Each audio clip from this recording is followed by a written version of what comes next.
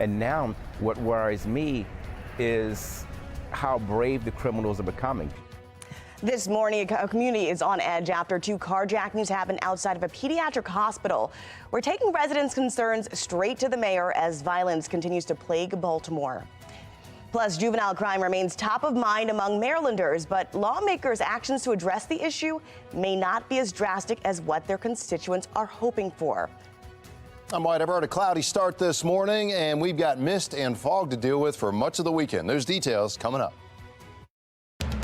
Live from WBFF in Baltimore, this is Fox 45 Morning News. Good morning to you. You are looking, it's hard to tell, right? It is so foggy right now this morning. Thanks for being with us this Saturday, 7 a.m., December 2nd. I'm Taylor Stewart. Let's get to your forecast. Meteorologist White Everhart. That actually was Towson. But you can say anywhere, like this is pick your favorite town in Maryland. Pretty much, yeah. with this fog.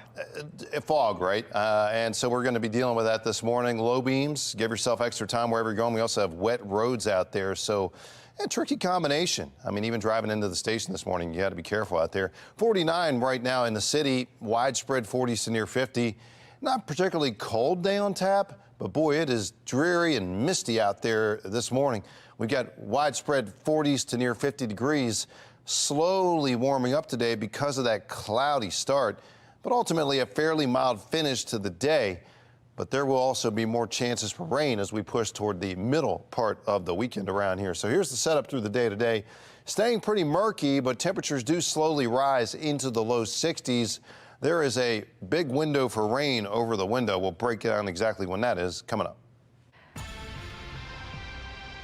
This morning in a city in crisis, the search is on for suspects connected to carjackings outside of Mount Washington Pediatric Hospital. Take a look at your screen. Police say this person is wanted in connection to 2 carjackings. Now, 2 employees were carjacked outside of the hospital within 24 hours. Neither one was injured. Baltimore residents say crimes like these make it hard to feel safe in their own communities. Fox 45's Keith Daniels took those concerns to the mayor and joins us now with his response.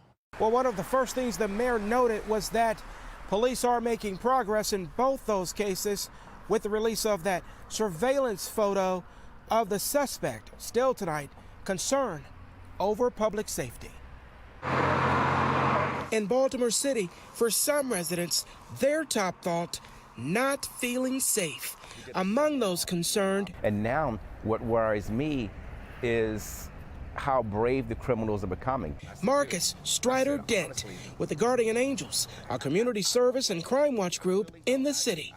Dent reacting to the pair of carjackings this week. There is no public safety in Baltimore. Outside of the Mount Washington Pediatric Hospital on West Rogers Avenue. How can you be surprised when, and it happened in this corner of Baltimore, or it happened over here, or it happened to this person? Nobody is safe. Taking those concerns to Mayor Brandon Scott. We caught up with the mayor at an event near Charles Village. And it doesn't matter where you are. This can happen to you anywhere in the country. Where we pressed him about people's safety concerns after that alarming incident at the Children's Hospital. We don't care where it happens. We're going to continue to go after people that carjack, just like we did last week, arresting people in a carjacked vehicle. That feeling of not feeling safe, what do you say? Yes, sir. Exactly what I just said. We're going to continue to go after and arrest these people. I want you to help us by telling people that carjackings are down 20%. Police have released this surveillance picture of a possible suspect after that pair of hospital carjackings this week. But so far, no word on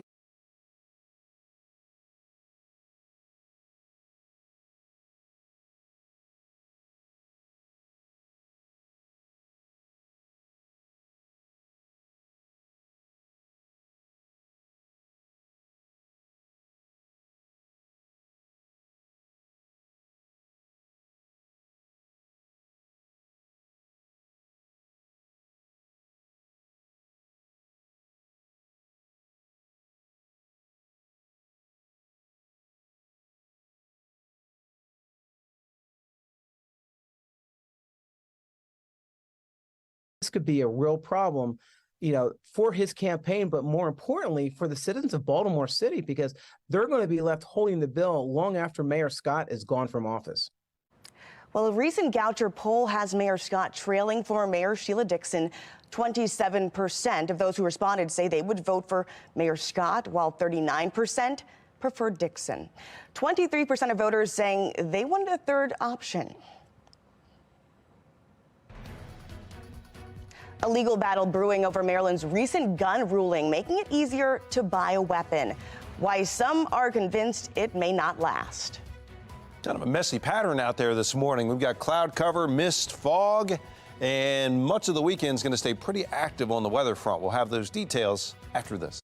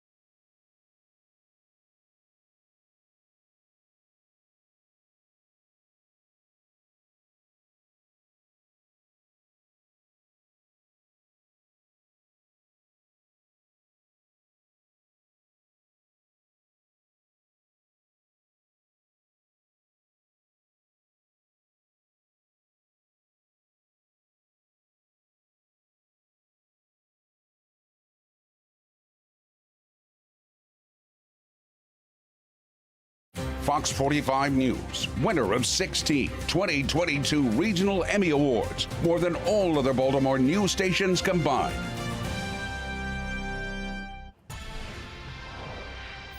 Making headlines this morning, Fox 45 News has information on 2 drug busts across the state. In Baltimore, detectives found hundreds of vials of crack cocaine, heroin, fentanyl, and this was in a home on Springwood Avenue. They also found multiple illegal handguns. 2 juveniles and an adult were arrested. And in Carroll County, a traffic stop leads to another big bust. Just before midnight, officers pulled over a car with a broken taillight in Skykesville. Inside, they found cocaine, marijuana, a digital scale, and drug paraphernalia. The 2 people in the car, Justin Keats and Jamal Keats, are now facing charges. Well, it's the holiday season and Baltimore is ready to celebrate all things merry and bright. Still ahead, the events happening right in our backyard this weekend for free. And after the break, a decision from a circuit court judge means it's easier to buy a gun in Maryland now more than ever. Why it might not last. You're watching Fox 45 Morning News Weekend Edition, all local, all morning.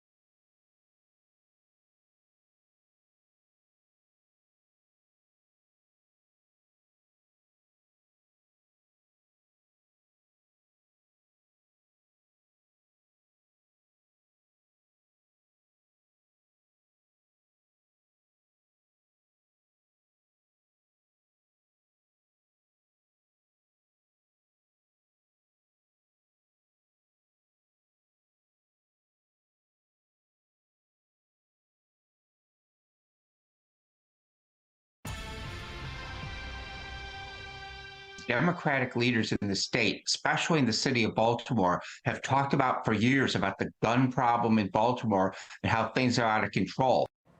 Well, last month, a federal appeals court struck down a law which required gun buyers to get a license first. Next week, Maryland Attorney General Anthony Brown will decide what to do next. Fox 45's Vincent Hill gives us a closer look. Yeah, Attorney General Brown can either petition the circuit court or go directly to the Supreme Court. At any rate, just the thought is already sparking controversy. Perfect. It was a great day for gun store owners, November 21st. Just in time for the holidays, yeah.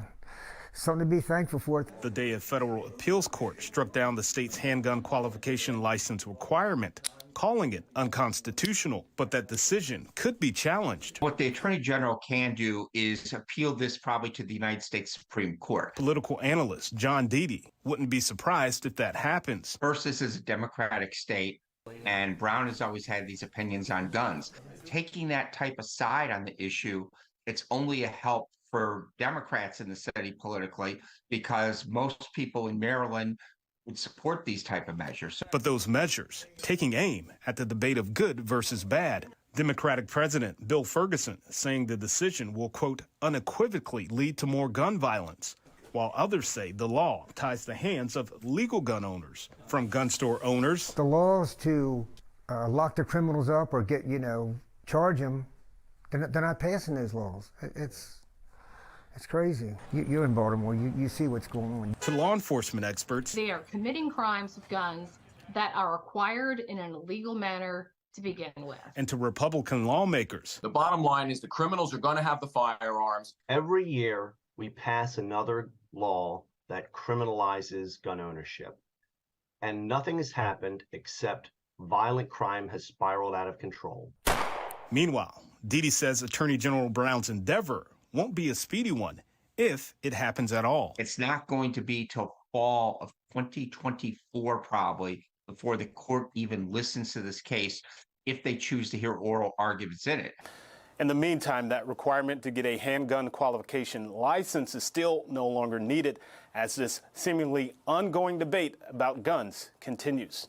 In the control room, Vincent Hill, Fox 45 News. The Baltimore Sun addressed the law in a staff commentary article this week, taking a stand against the circuit court's decision.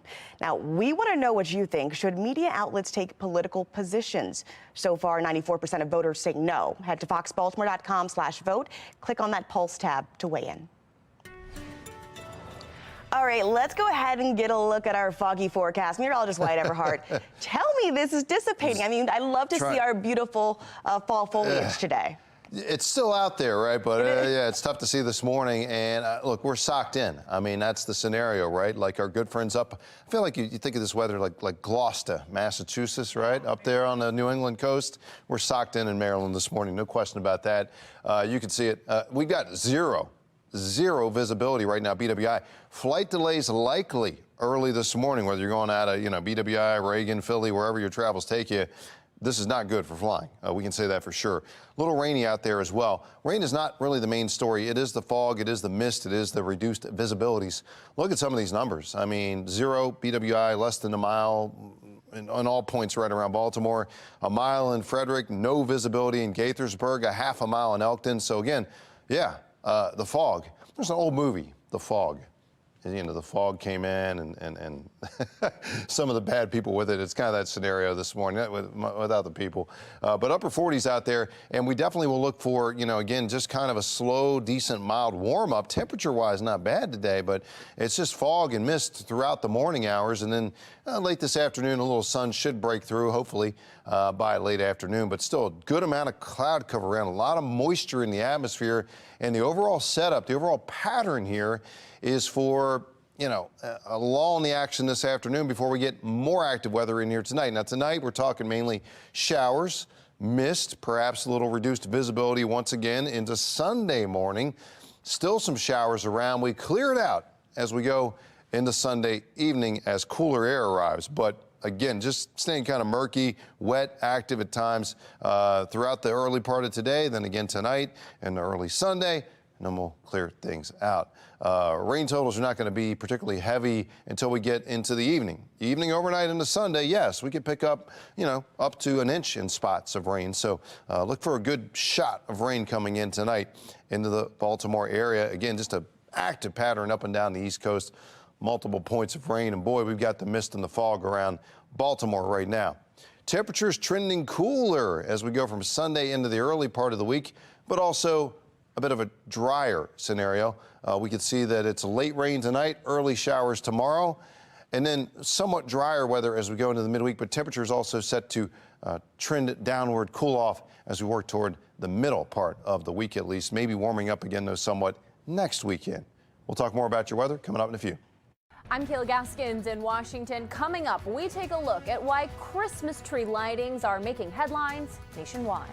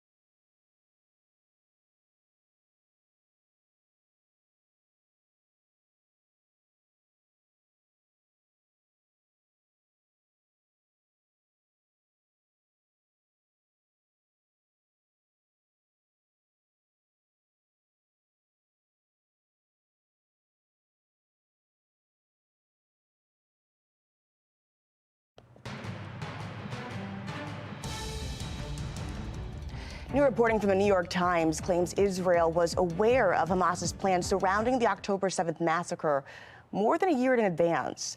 The Times cites documents, emails, and interviews with Israeli officials that show military leaders had doubts about the terrorist group's ability to carry out the attack.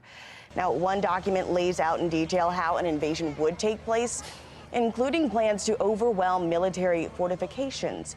In response to this report, the White House says there will be time later to determine accountability. Right now, the focus is on making sure that they can do everything possible to ensure that it doesn't happen again, to make sure that civilians are protected, to make sure that humanitarian assistance gets in. The Times report says it's not clear if Israeli Prime Minister Benjamin Netanyahu saw these documents as for right now, but Israel is executing its war in Gaza, working to destroy Hamas's infrastructure. Now that the temporary ceasefire between Israel and Hamas is over, many hostages remain in captivity in Gaza. How many? Well, the latest figures from Israeli leaders say Hamas is holding 137 captives. Of those, there are 126 Israelis or dual nationals and 11 foreign nationals. Most hostages are male, but there's estimated to be about 20 females in this group. 2 are children and 10 are over 75 years old. The White House believes fewer than 10 U.S. citizens are still being held, some possibly held by another militant group like Islamic Jihad. Well, holiday traditions nationwide are getting turned into demonstrations for political protest. National correspondent Kayla Gaskins is taking a closer look at the anti-Israel gatherings across the country. Anti-Israel protesters showing up at Christmas tree lightings across America. The chants filling Midtown Manhattan at the illumination of the Rockefeller tree. NYPD arresting at least 7 demonstrators.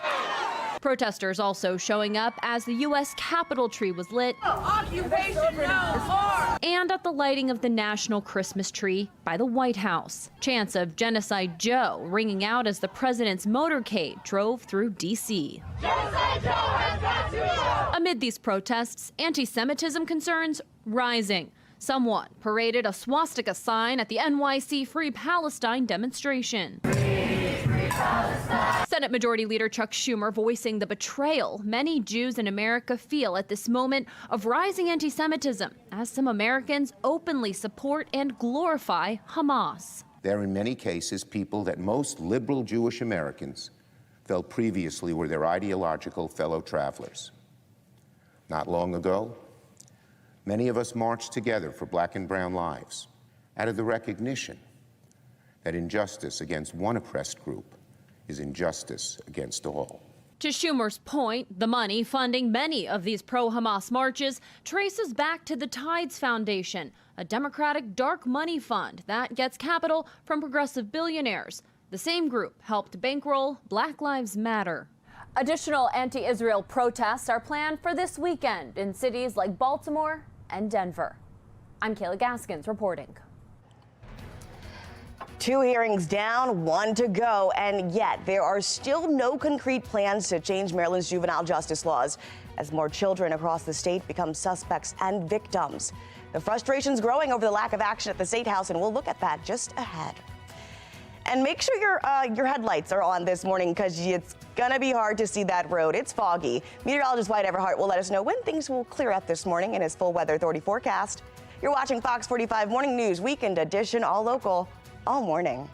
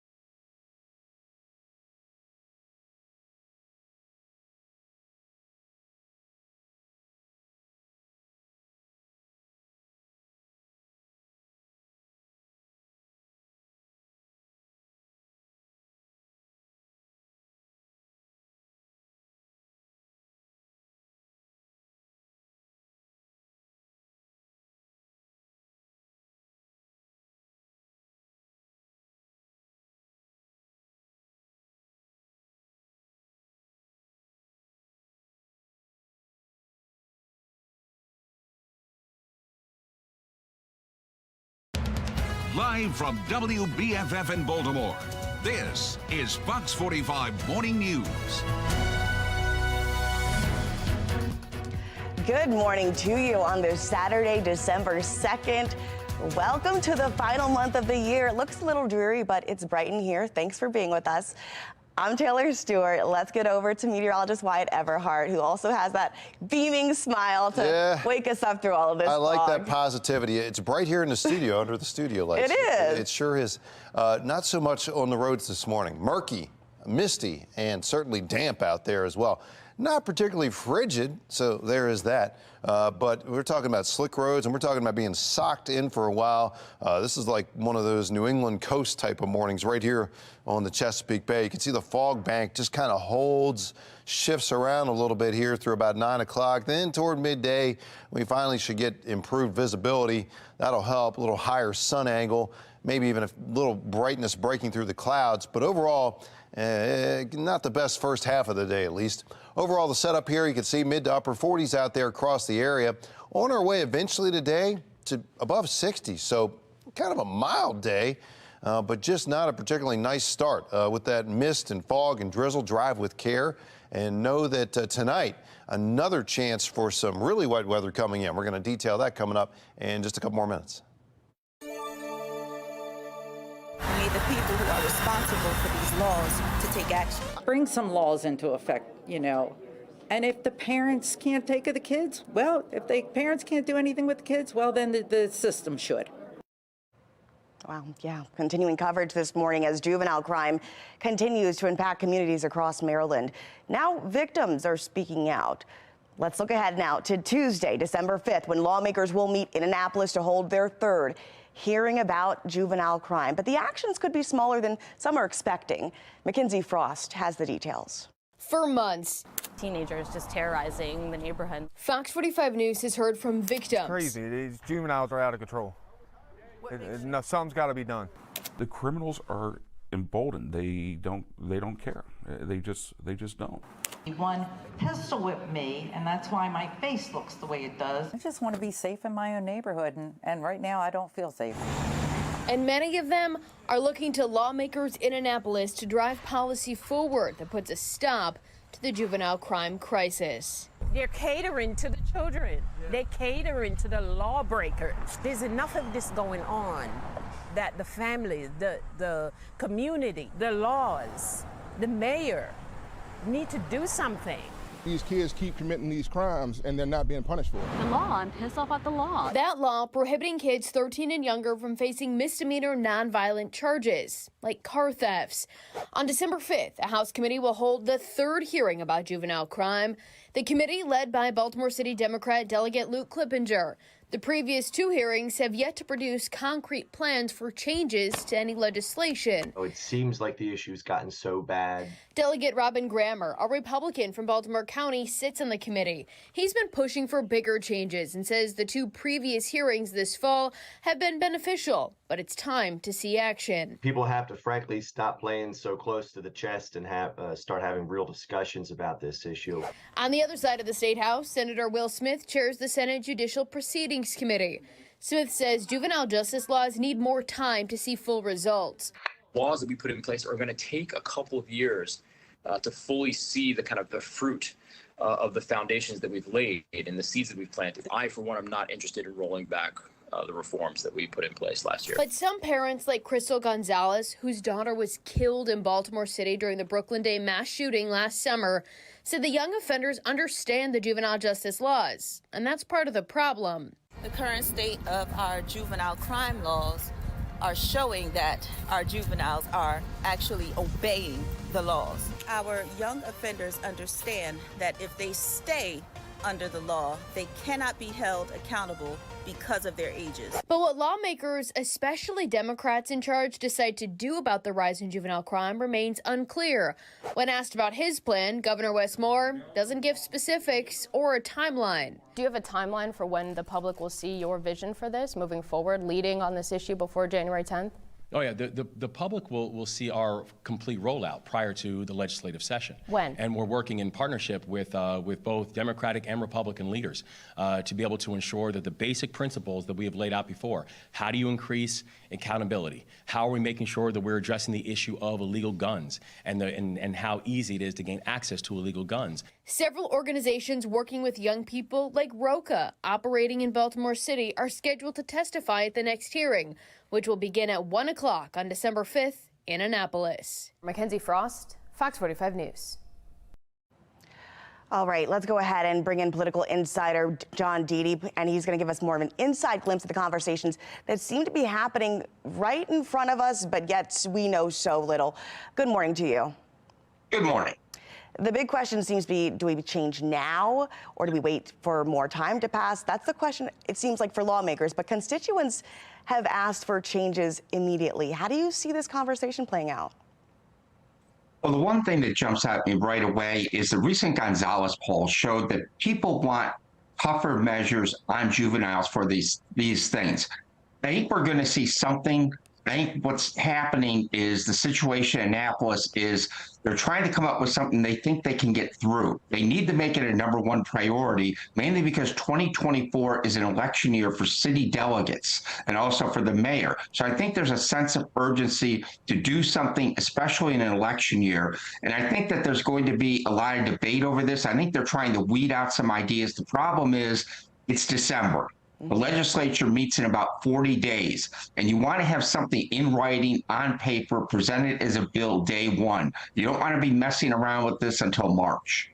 And not only is it December, this is the third hearing that has taken place in this last year that has not yielded concrete solutions. But we do know Delegate Robin Grammer, Baltimore County Republican, he's been involved in these conversations and has been pushing for change. How key will his voice be in pushing forward change that we need to see in our communities right here?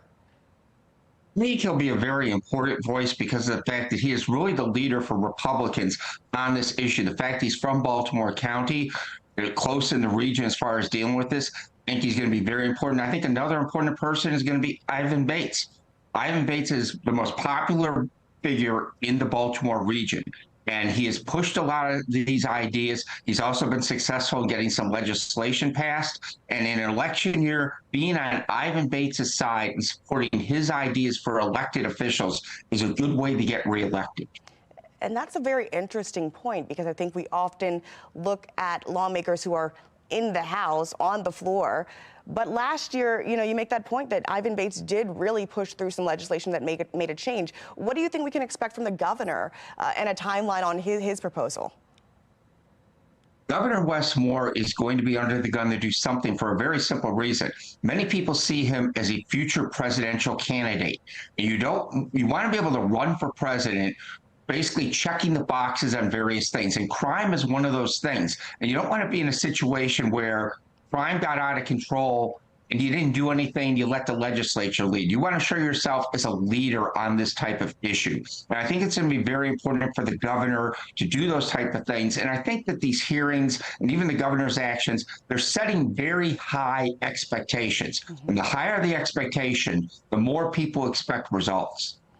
And we'll have to see what comes of it. We do know that Will Smith, the chair of the Senate Judicial Proceedings Committee, has said, don't, because we need more time to flesh these laws out and see the results of the juvenile justice laws that were passed last year. But we will have to wait and see ourselves as this all plays out.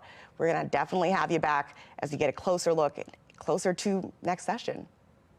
Thank you, John. Well, Will Smith says we have to have time. If you're a crime victim, time's already up. And we'll leave it there. All right, just ahead in our next half hour, county leaders are criticizing the cost of Maryland's blueprint for education. Project Baltimore looks into the complaints and the impact it could have on taxpayers. Cloud cover and fog. That is the scenario this morning across Maryland and the Mid-Atlantic. We'll talk about how long that holds up, what kind of Saturday afternoon, and what kind of Sunday is on tap. That's coming up.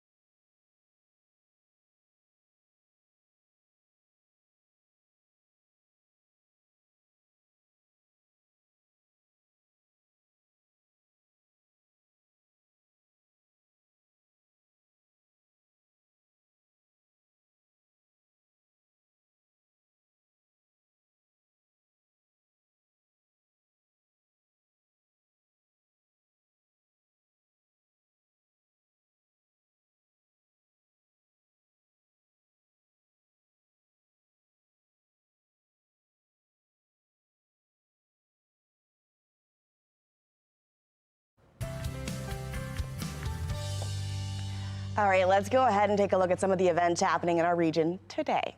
Well, starting at 11 this morning, Mayor Scott will join Parks and Recs leaders to celebrate the renovation of the William J. Myers Pavilion. It's a multi-use recreation facility that's happening at 4300 Bay Avenue. Then at noon, it's the Makers of Maryland pop-up event. You can shop for unique gifts for the holidays sold by local artists and vendors. That is happening at the Baltimore Peninsula. Then at 5 o'clock this evening, Baltimore County Executive Johnny Olszewski will join other county leaders to light the 25-foot Christmas tree at the Essex Museum. The event's fun for the whole family. There's going to be a DJ, hot chocolate, gifts for the kids, and the opportunity to get your picture taken with Santa Claus. And with all the festive things happening in Baltimore this weekend, we want to know how the weather's going to hold up. Meteorologist Wyatt Everhart will let us know when this fog clears out in his full weather authority forecast. And a historic vote on the House floor. What Maryland's lone Republican representative has to say after a member of Congress was kicked out of his position. You're watching Fox 45 Morning News Weekend Edition, all local, all morning.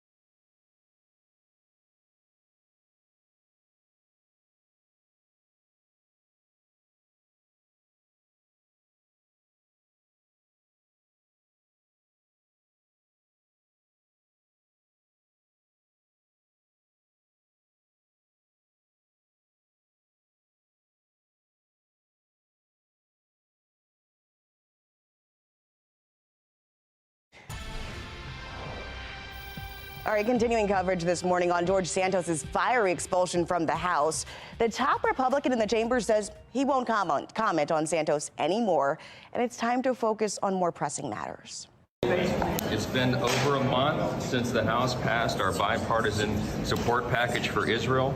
It has been sitting on the Senate desks over there for over a month. It's time for them to take action on that matter. House Speaker Mike Johnson and all of his fellow top House GOP leaders voted to keep Santos in Congress. They argue because Santos hasn't been convicted, the expulsion did not allow for due process. But more than 100 other Republicans, including Max Miller of Ohio, voted to expel the New York Republican. Miller slams the Speaker's vote.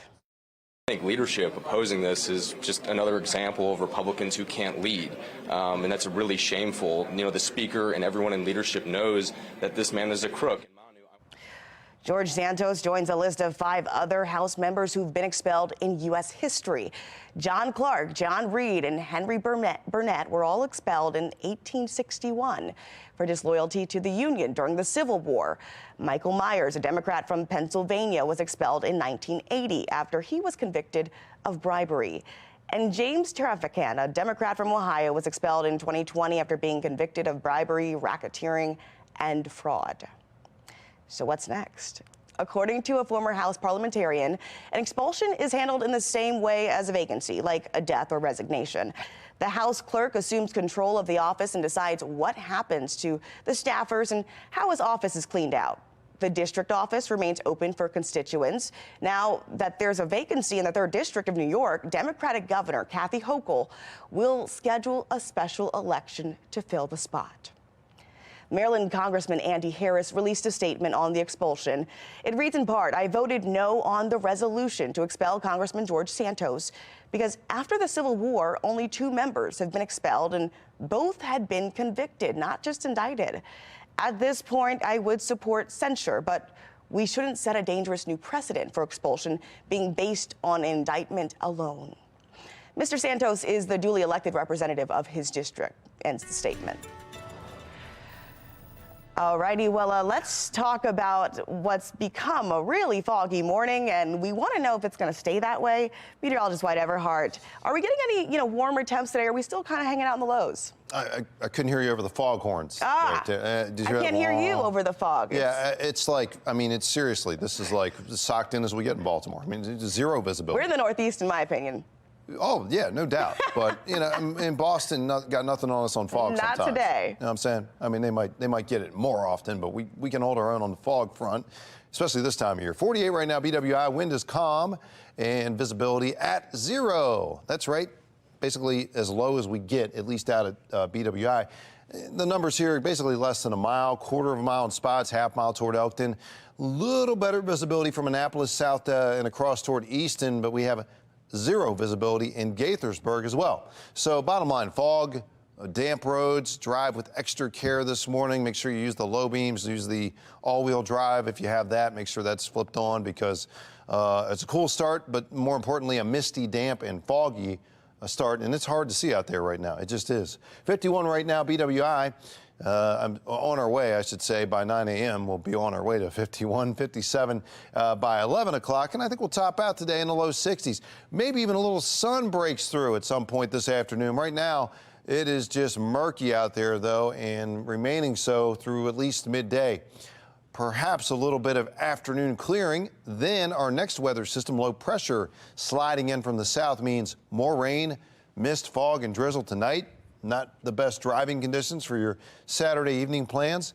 Sunday morning, still some rain around, but we clear that out as we go through the day. So Sunday will finish on a drier note as cooler, drier air arrives into the state. Overall headlines, again, just fog and then variably cloudy today. We got rain tonight and early Sunday, but then cooler and drier to finish out the weekend and even into the middle part of the week. But boy, we are socked in across the East Coast this morning.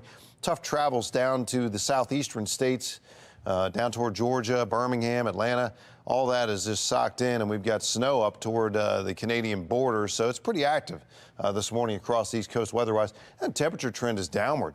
Next 5 days from the 50s into the 40s midweek. So it's a cooling trend, but at least a drying trend as we get the sunshine back at times, again, Sunday afternoon, and again, I think Monday and as well as Wednesday on into Thursday. Back to you. All right, well, the Terps opened their Big Ten Conference slate on the road against Indiana. Coming up next in Sports Unlimited, what went wrong for Maryland in last night's loss to the Hoosiers?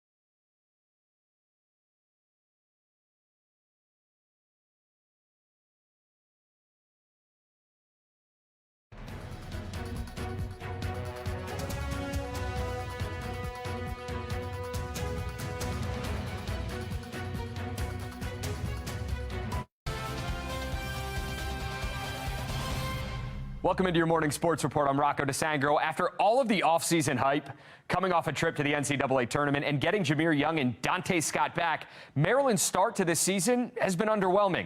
Now the real fun begins as the Terps begin conference play, and these games matter that much more.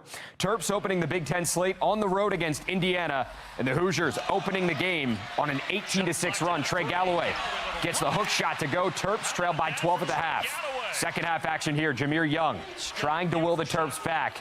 Made jumper, cuts it to 10. Terps shoot 12.5% from three. That's not going to cut it. They never got the lead as Indiana wins this one 65-53. Here's head coach Kevin Willard on the loss.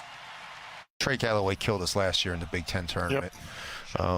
And, you know, with Xavier Johnson not out there, it kind of gives him a little bit more freedom. And I thought he played great, and I thought he out-hustled us, and I thought he outplayed us. And I thought he was the difference in the game, to be honest with you. And we have guys, you know, that are just watching him and looking around who are, you know, fourth, fifth-year seniors. And, you know, that's just, if that's the way it's going to be, well, then I'm going to make some major changes.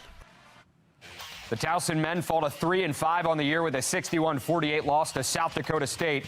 Zeke Mayo had a game-high 20 for the Jackrabbits. Tyler Tejada for the Tigers with 13 points. To the NCAA Women's Volleyball Tournament, UMBC taking on USC in the first round. Retrievers kept it close in the first set. Kamani Kante with the big kill here, but USC ran away with the next two, winning 3-0.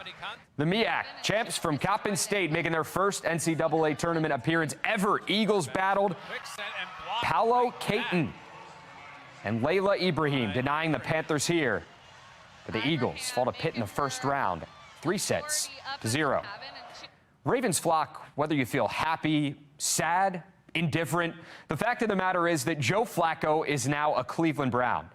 Not only that, he's going to start for the team this Sunday against the Rams. It's weird, I know. Rookie Dorian Thompson-Robinson has been ruled out for the Week 13 matchup with a concussion, so now it's Flacco time. Flacco spent 11 seasons here in Baltimore, leading the Ravens to a Super Bowl victory and winning the Super Bowl MVP. Now he'll play for the team's AFC North rival as he makes the most out of the opportunity at hand. You want your teammates to feel like, man, we got a chance to win with this guy. And I think that's why it's important to go out there and work hard and have a good, crisp practice, because you want everybody to feel that, because then the more confidence you go into the game with. You know, if you have guys that you believe in, confidence helps out. During weeks 13 and 14 of the season, the NFL allows players to wear customized cleats in honor of the causes they have chosen to support. For My Cleats, My Cause, Jets linebacker C.J. Mosley, he's wearing cleats to honor former Raven O.J. Brigance and his organization, the Brigance Brigade Foundation. It has a mission to improve quality of living for people with ALS. Brigance is a 16-year survivor of ALS. Mosley, a former Raven himself, wears the number 57 to honor Brigance as well. Look out for those cleats on Sunday when the Jets play the Falcons. That's really cool stuff right there. In Annapolis, Dunbar eyeing the three-peat Poets, taking on Calvert. Darian Edmond with a big INT here. Antonio Lyde scored the game's only touchdown. Dunbar gets it done to win its 13th state title. That's the most in MPSSAA history. 8-0 the final score. They're throwing up the threes right there. Broadneck and Wise going head-to-head for the 4A crown.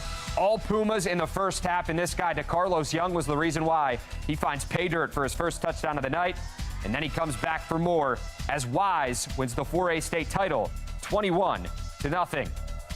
That's going to do it for this edition of Sports Unlimited, your morning sports report. I'm Rocco DeSangro. Thanks for watching, and have a great Saturday.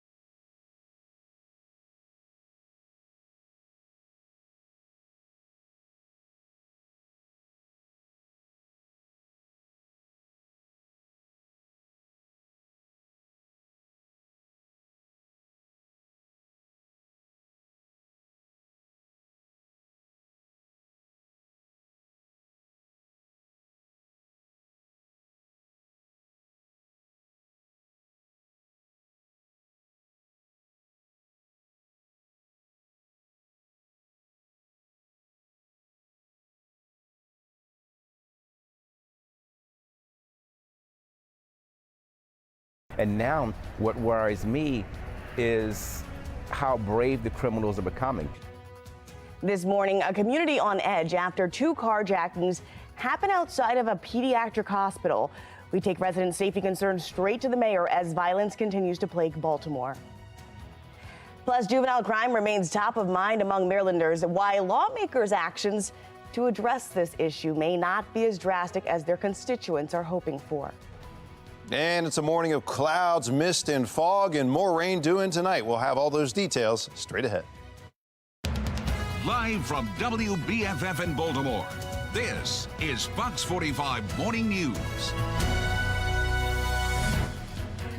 Good morning to you. It's a dreary one, but roll over, grab the coffee, and join us here at 8 a.m. Thanks for being with us this Saturday. You were looking at Towson. Hard to tell. It's December 2nd. I'm Taylor Stewart, and we're talking about some fog today. Meteorologist Wyatt Everhart is here with the temperatures that should break through later today. Yeah, I mean, temperature is kind of the silver lining in the forecast, but other than that, it's kind of misty, gray this morning. The sun's going to try to mix in later this afternoon, but the next several hours we're socked in. No question about that. Hey, look at future scan here, just as relates to visibility. No visibility, basically, up and down the 995 corridor this morning. Pretty intense driving. So, you got wet roads, you got almost no visibility, and, just be careful out there is what we can say. Give yourself that extra space between you and the next car, low beams, all that good stuff. The fog does diminish as we go toward late morning and certainly into midday. There might still be a bank of fog out on the Chesapeake, but I think most of Maryland will look a lot better here by late morning into midday. Temperatures now 50 in Baltimore, many widespread 40s out there, and warming up about 10 or 12 degrees a day. Once the fog burns off, we'll be looking at maybe a little sun even into the afternoon. Overall, the pattern is going to be one of gray conditions early, maybe a little brighter in the afternoon as we get up to 62. And then another chance for rain comes in tonight, some significant rain actually. We'll look at that in just a few more minutes. Sounds good, Wyatt. This morning in a city in crisis, the search is on for suspects connected to carjackings outside of Mount Washington Pediatric Hospital.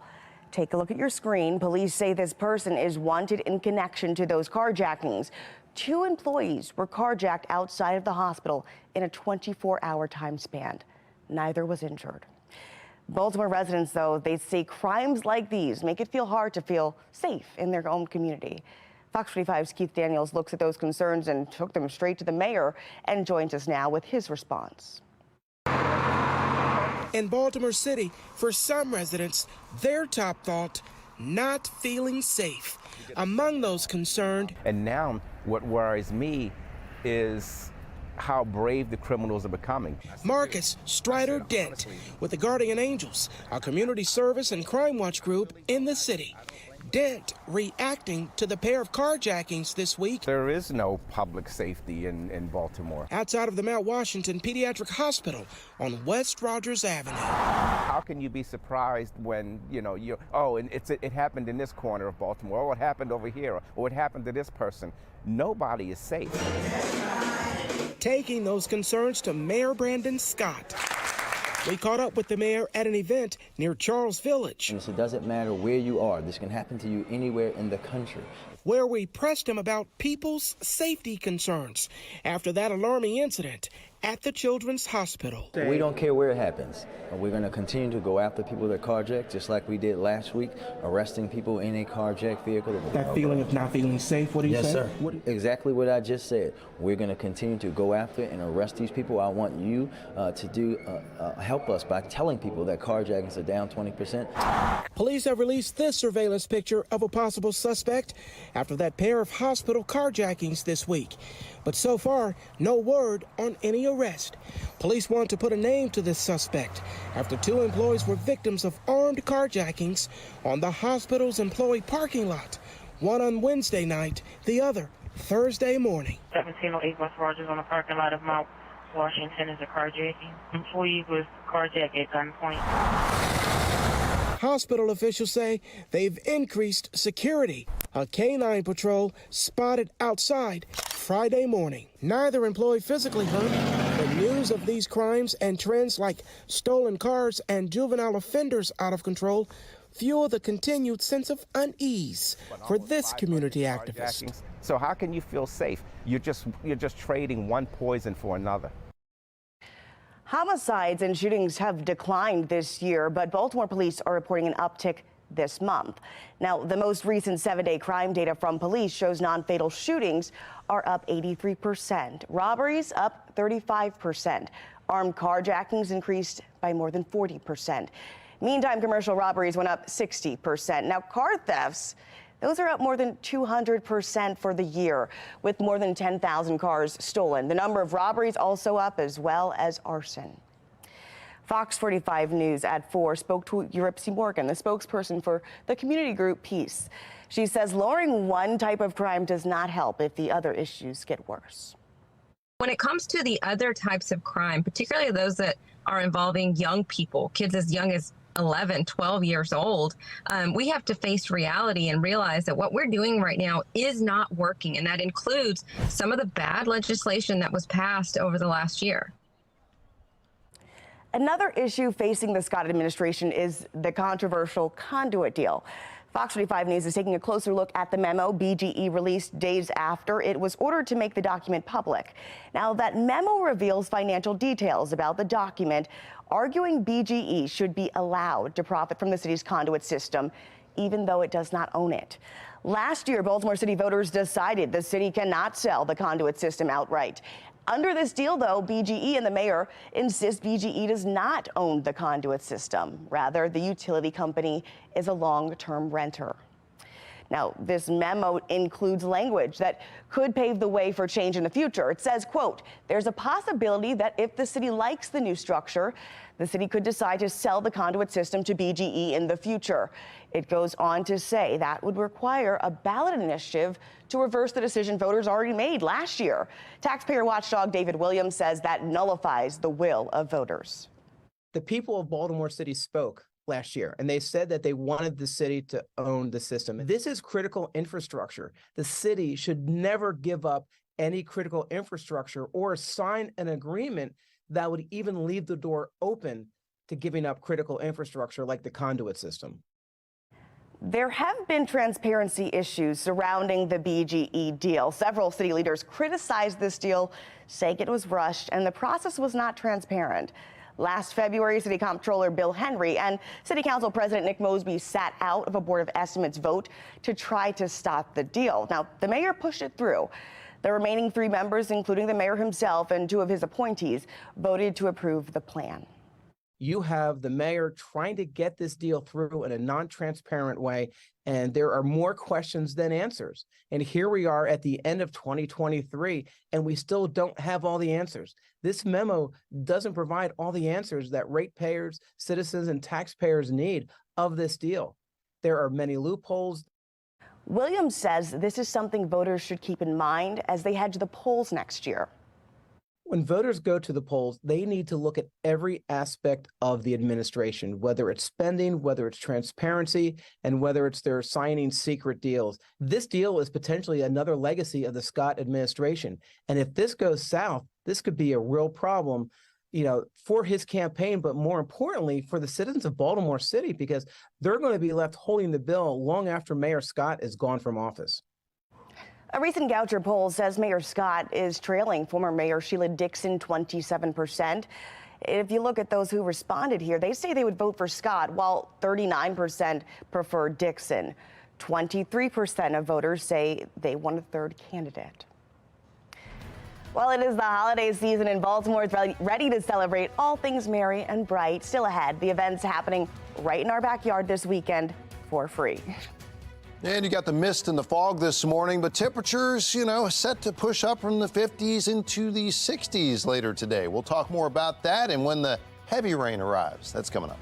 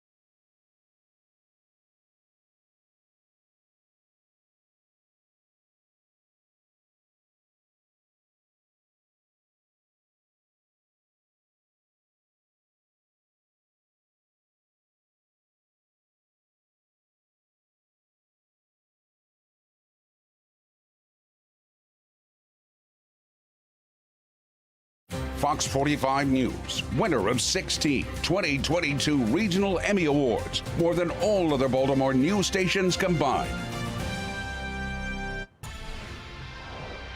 Making headlines this morning, Fox 45 News has new information about 2 drug busts in the state.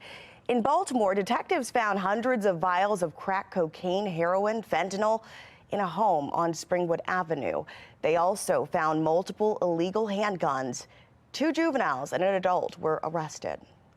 Meantime, in Carroll County, a traffic stop leads to another big bust. Around midnight on Friday, officers pulled over a driver with a broken taillight in Skiesville. They found cocaine, marijuana, a digital scale, and drug paraphernalia in the car. The 2 people in that car as well, Justine Keats, Jamal Keats, they're now facing charges. And take a look at this, a fire engulfing a row home in West Baltimore. This footage was taken just after 9:30 Friday morning when that fire broke out. The fire department says those flames may also have caused damage to a neighboring building. Crews were able to get it under control relatively quickly and nobody was injured. But you have to download that Fox 45 News app for breaking news, for weather coverage, updates anytime. It's free. All you have to do is search WBFF in your app store right now. Critics say new laws are to blame for Maryland's police shortage. Coming up in our next half hour, how it's impacting police response times and community presence. As county leaders criticize the cost of Maryland's blueprint for education, we look at Project Baltimore's latest investigation into where that money is going and the complaints ahead.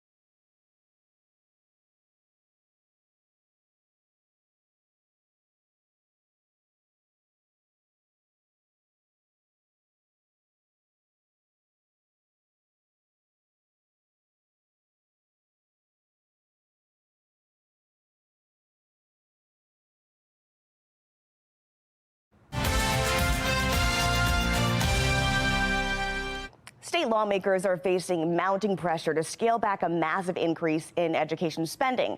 This all goes back to the Kerwin Plan, our Maryland's blueprint for education. As Project Baltimore's Chris Papps explains, the landmark legislation pumps billions into public education, but it is crushing local budgets. We're struggling with Kerwin. Harford County Executive Bob Castley is sounding the alarm. And he's not alone. The news isn't good. I mean, I cannot deal with a $40 million increase in my education budget next year. Figure those things out, Kingston. At issue is the future of public education in Maryland and how it's funded. In 2021, lawmakers passed the Blueprint for Maryland's Future, also called the Kerwin Plan. The law pumps $30 billion additional tax dollars into public education statewide over the first 10 years, and then $4 billion additional tax dollars every year after that. The plan, in part, increases teacher salaries, expands pre-K, and bolsters career and technology training. But when the bill was passed, the legislature did not pass a funding mechanism. In other words, Annapolis approved the largest education spending increase in state history without a way to pay for it. Now, county leaders like Casserly are saying lawmakers must revisit the plan. There's got to be some give and take. There's got to be a additional look at this thing, and people need to be a little more rational on how we approach this. But to throw tax increases in now when the economy is struggling, families are struggling, is the wrong way to go for Maryland and for Harford County. Casserly is just one of several county executives who have concerns over how the blueprint is being implemented. Earlier this month, the Maryland Association of Counties, or MACO, wrote a letter to Governor Wes Moore, Senate President Bill Ferguson, and Speaker of the House Adrian Jones, asking that the blueprint be adjusted. The letter specifically asks for a more comprehensive cost analysis so counties know exactly how much they have to spend. MACO also asked for increased state aid to renovate and construct pre-K facilities. When it comes to teacher pay, the letter requests more time to develop educator career ladders, which MACO calls one of the most unpredictable costs. But these concerns over funding should not come as a surprise. Many predicted this would happen. There being 95 votes in the affirmative. The blueprint was passed in 2021 when the COVID pandemic was crippling Maryland's economy. Republican Governor Larry Hogan and Democrats, including then Comptroller Peter Franchot, warned the legislature not to pass it. It was a bad idea as far as timing, even though we all support education reform. Less than 3 years after lawmakers passed a blueprint, we're hearing concerns from all over the state, including from the mayor of Baltimore. It was a gut punch. The president of the Carroll County Board of Education. We're struggling. And state senators. I've got counties on the Eastern Shore that have said for the entire time since Kerwin has been passed that they cannot afford it. Whether lawmakers plan to address the financial burdens of Kerwin remain to be seen. But earlier this year, Senate President Bill Ferguson was asked if lawmakers are open to changing the funding formula. We're always back every year, and I think we're always open to make sure if the facts and data are there, we will address it. I think I speak for all of our county executives in saying that our people can't deal with the financial impact that the Kerwin as it stands is placed upon our taxpayers and our citizens. So we've got to make adjustments, and I'm really hoping the General Assembly and make adjustments that are absolutely essential. I'm Chris Pabst, and this is Project Baltimore. Well, I'll tell you what's absolutely essential today if you want to not use your headlights for the entire day. Meteorologist Wyatt Everhart. We got to see that fog clear out eventually, right? Because what are we looking at? Need the X-ray vision out there this morning, Taylor. Literally. Murky, misty, wet roads too. The biggest thing to me is just drive with care out there. Wherever your Saturday morning travels take you, we obviously have reduced visibility. You're going to have the wet roads, and people still drive aggressively no matter what the weather is, right? So you just got to watch out. 48 right now, BWI, wind is calm. Overall pattern here is going to be socked in with the fog, like we're up there on the New England coastline, right? We're talking less than half a mile in most spots this morning to a tenth of a mile right around Baltimore. And now the fog is spread further south. Earlier, Easton wasn't so bad, but now Annapolis, Easton both socked in with the fog as well. As we go through the day, temperatures slow to warm under that low cloud cover. But I think it's lifting and beginning to kind of break up a little bit toward midday into the afternoon, rising into the low 60s because we're already starting off fairly mild. It's not that we're going to get like a ton of sunshine here, but I think a little sun could break through by late this afternoon. Generally cloudy, though, certainly early in the day. And as we look at Futurecast, you can kind of see the overall setup here. Relatively dry this afternoon. Again, that's probably our best weather of the weekend even because tonight the rain rolls in out of the south. Big area of low pressure means rain likely after about 9 o'clock tonight. That rain will continue on and off to Sunday morning. Expect to see more rain on the radar early day Sunday. However, we do clear things out for Sunday afternoon and evening. Cooler, drier air coming in Sunday night. So I'd say this afternoon and then late Sunday afternoon, kind of our better weather windows of the weekend. This early day, it's all about the fog and the mist. Rain tonight, heavy at times, but cooler and drier as we finish out the weekend into next week. How much rain tonight? You know, pretty significant. Could pick up at least, you know, 1/2 to 3/4 of an inch. Some spots maybe getting an inch of rain out of that area of low pressure. You can see it running up the Carolina coast right now. That's our next weather maker into the evening, replacing the mist and fog this morning.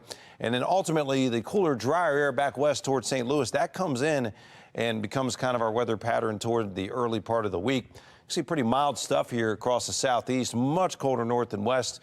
We're going to get a taste of this colder air as we push toward, I'll call it Tuesday, Wednesday, and Thursday. See, we drop down into the 40s for temperatures there. But it does come with drier weather. So the really wet stuff is this weekend, especially tonight. After that, it looks relatively dry to start the week. Not so bad temperature-wise either, although we do get down into the 40s for highs with that second shot of cooler air coming in on Wednesday. Back to you. Nicknamed after the city he terrorized and on the run. The nearly 30-year effort to track down Baltimore ahead on this week's Maryland's Most Wanted. Plus, President Biden is seeing disapproval over his handling of the economy. After the break, why he's changing his stance on Bidenomics and why critics argue more needs to be done. You're watching Fox 45 Morning News, all local, all morning.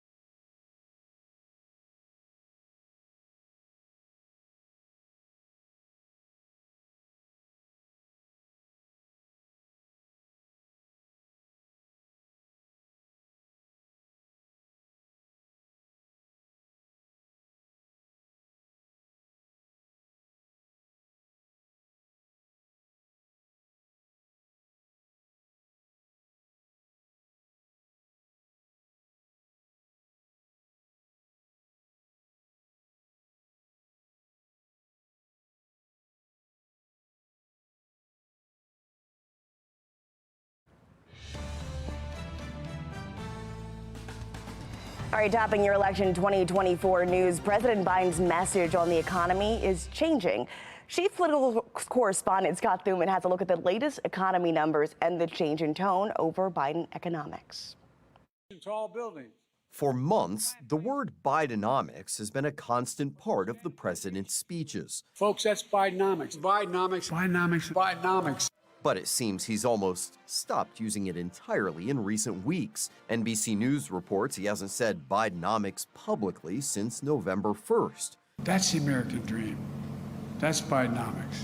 The White House describes Bidenomics as rooted in the recognition that the best way to grow the economy is from the middle out and the bottom up. Democratic Congressman Dean Phillips, who's mounting a primary challenge against Biden despite supporting most of his policies, is taking aim at his economic record. I believe Bidenomics is a disaster. The policies are good for the macroeconomy. GDP growth is up, wage growth and job growth is up, unemployment is down, but people can't afford their lives. Recent analysis of government data by Republicans shows the average American household has to spend more than $11,000 annually to have the same standard of living they did back in January of 21. And polling shows 67% of Americans disapprove of the way President Biden is handling the economy. The American people haven't been buying what the president is selling. The White House seems to be counting on middle-class families to forget about the 40-year high inflation their spending binge helped create. But the president and his team continue to tout his financial successes, including low unemployment and a cooling inflation rate. And the Bidenomics branding hasn't been completely dropped. It's still being used on the White House website and to highlight his work in his re-election campaign. In Washington, I'm Scott Thuman. A challenger in the Democratic primary says his voice is being silenced. This is Congressman Dean Phillips. He's in Florida accusing Democrats in the state of disenfranchising voters after he and other challengers were excluded from a list of official presidential candidates. Under state law, if a candidate is running unopposed in a primary, the contest will not appear on the ballot in Florida. Now, Democrats say they followed the standard process for nominating candidates. Happening elsewhere, though, there's growing support for Nikki Haley among the Republican Party. According to Politico, former Speaker of the House Ryan Paul is privately pushing for her to become the GOP nominee. Meanwhile, other competitors, Chris Christie, is blasting Haley for what he says is being aggressive enough, not being aggressive enough against her former boss, Donald Trump. If you want Trump, then vote for him or Nikki. Because she's not going to say a bad word about him. If she becomes president, she's going to pardon him, no matter what happens. The former UN ambassador is one of the top challengers for Donald Trump in the Republican primary, though she's still far behind him in polls. 2 hearings down, 1 still coming, and yet there's no concrete plans to change Maryland's juvenile justice laws as more children across the state become suspects and victims. The frustration that's growing over the lack of action at the State House. And you're looking at a misty and foggy morning, but we're looking forward to a warmer afternoon with a bit of sun. Meteorologist Wyatt Everhart is breaking it all down for us just ahead in his full weather authority forecast. You're watching Fox 45 Morning News Weekend Edition. All local, all morning.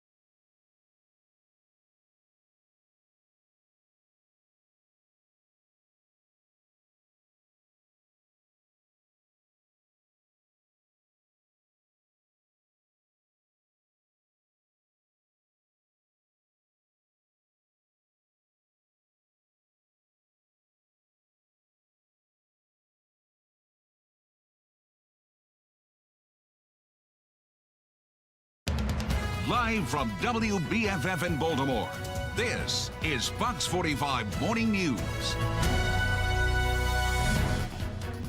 Good morning to you. Wipe the sleep out of your eyes. There's not much happening outside, so just stick in and join us here at Fox 45 Morning News. It's 8:30.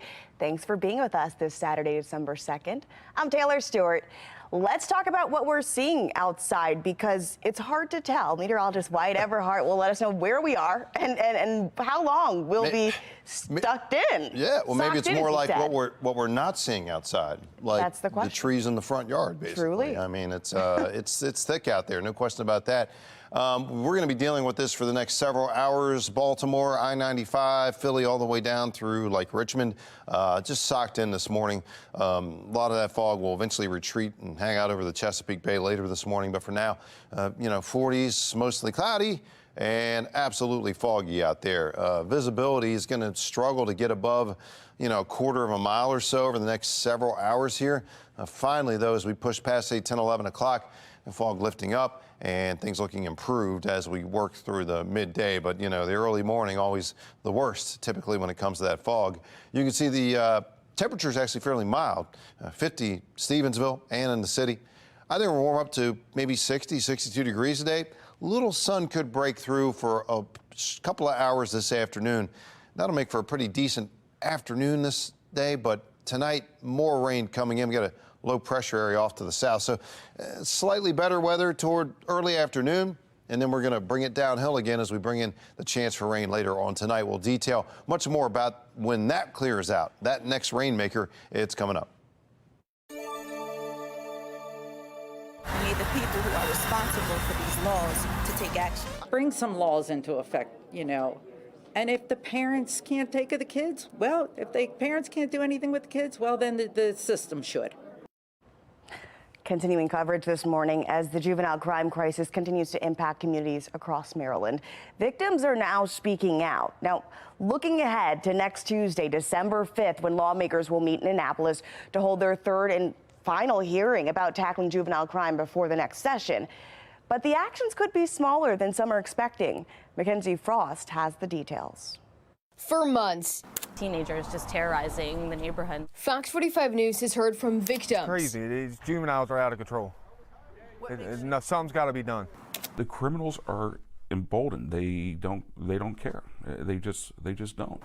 One pistol whipped me, and that's why my face looks the way it does. I just want to be safe in my own neighborhood, and right now I don't feel safe. And many of them are looking to lawmakers in Annapolis to drive policy forward that puts a stop to the juvenile crime crisis. They're catering to the children. They're catering to the lawbreakers. There's enough of this going on that the families, the community, the laws, the mayor need to do something. These kids keep committing these crimes and they're not being punished for it. The law, I'm pissed off at the law. That law prohibiting kids 13 and younger from facing misdemeanor nonviolent charges, like car thefts. On December 5th, a House committee will hold the third hearing about juvenile crime. The committee, led by Baltimore City Democrat Delegate Luke Clippinger. The previous two hearings have yet to produce concrete plans for changes to any legislation. It seems like the issue's gotten so bad. Delegate Robin Grammer, a Republican from Baltimore County, sits on the committee. He's been pushing for bigger changes and says the two previous hearings this fall have been beneficial, but it's time to see action. People have to, frankly, stop playing so close to the chest and start having real discussions about this issue. On the other side of the State House, Senator Will Smith chairs the Senate Judicial Proceedings Committee. Smith says juvenile justice laws need more time to see full results. Laws that we put in place are going to take a couple of years to fully see the fruit of the foundations that we've laid and the seeds that we've planted. I, for one, am not interested in rolling back the reforms that we put in place last year. But some parents, like Crystal Gonzalez, whose daughter was killed in Baltimore City during the Brooklyn Day mass shooting last summer, said the young offenders understand the juvenile justice laws, and that's part of the problem. The current state of our juvenile crime laws are showing that our juveniles are actually obeying the laws. Our young offenders understand that if they stay under the law. They cannot be held accountable because of their ages. But what lawmakers, especially Democrats in charge, decide to do about the rise in juvenile crime remains unclear. When asked about his plan, Governor Wes Moore doesn't give specifics or a timeline. Do you have a timeline for when the public will see your vision for this moving forward, leading on this issue before January 10th?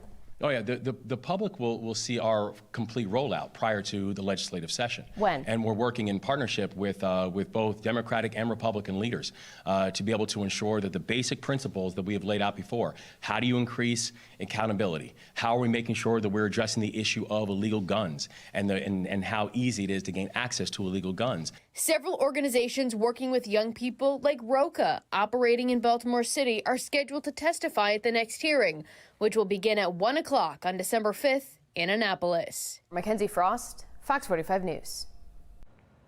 Ahead of next week's meeting, Governor Moore is asking for patience with the Department of Juvenile Services, calling Secretary Vincent Giraldi a reformer. We're very clear on the challenges that DJS has had and that have been long-standing. We're clear that when we came into office, we walked into a DJS that was understaffed and underfunded. And it's the reason why I appointed a true reformer. Now let's take a closer look at the comments from Governor Moore. Now, as Baltimore's juvenile crime crisis continues, critics say there is concern about how Giraldi's stance and how he wants to handle juvenile crime. He's endorsed efforts to eliminate youth prisons and reduce the footprint of community corrections. He believes juveniles should not be exposed to the adult prison system until they're 25 years old. Some have been critical of that mindset. You can't tell me that somebody who rapes or murders somebody who's 15 or 16 years old should get a free pass the next 8 years. There are some crimes that are so horrific, you have to be tried as an adult. Otherwise, you're saying in a society, there are no consequences for any of your actions. Before his time here in Maryland, Giraldi was the director of New York City's Corrections Department. He was fired after pressing to shut down New York's notorious Rikers Island, which is the city's preeminent adult prison. Now, in the meantime, Fox 45 News has heard from more than a dozen top prosecutors in Maryland who are calling for change in Annapolis. They say juvenile justice laws leave their hands tied when it comes to holding young people accountable. Those prosecutors represent 44.4 million people here and 87% of the state's population. This week, a state attorney tells Fox 45 News that inaction in Annapolis is simply not an option. Let us review all felonies. Let's address this probationary, some of these artificial limitations. Give some faith back to the judges. And I do think we are going to have a greater presence in Annapolis this year than we've had in years gone. That brings us to our question of the day. Will the juvenile crime crisis make you leave Baltimore? So far, 95% of those who have voted say yes. You can head to foxbaltimore.com/vote to weigh in. In the meantime, as crime spikes across the state, police recruitment is dwindling. Critics say it's because new laws are painting police in a negative light.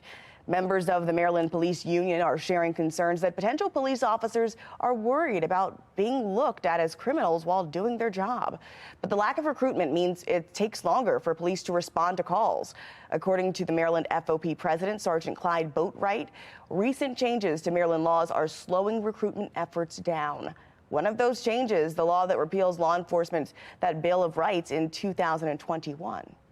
When an officer has an allegation against them, how that is to flow from the receiving of the complaint through the interrogation through the discipline. The police shortage is not just occurring in Baltimore City. Baltimore County, Anne Arundel County, and Montgomery County are all actively recruiting to fill shortages. His nickname is Baltimore, a convicted sex offender who has seemingly disappeared, now believed to be somewhere here in Baltimore. I'm Alexa Ashwell. On Maryland's Most Wanted, the search for the fugitive, plus the knife-wielding suspect on the run, now behind bars, thanks to your tip. Thanks, Alexa. And this morning, it is all about the fog and the mist. Tough to see. Will the weather improve much by late day, and how much rain comes in for your early Sunday? Those details coming up.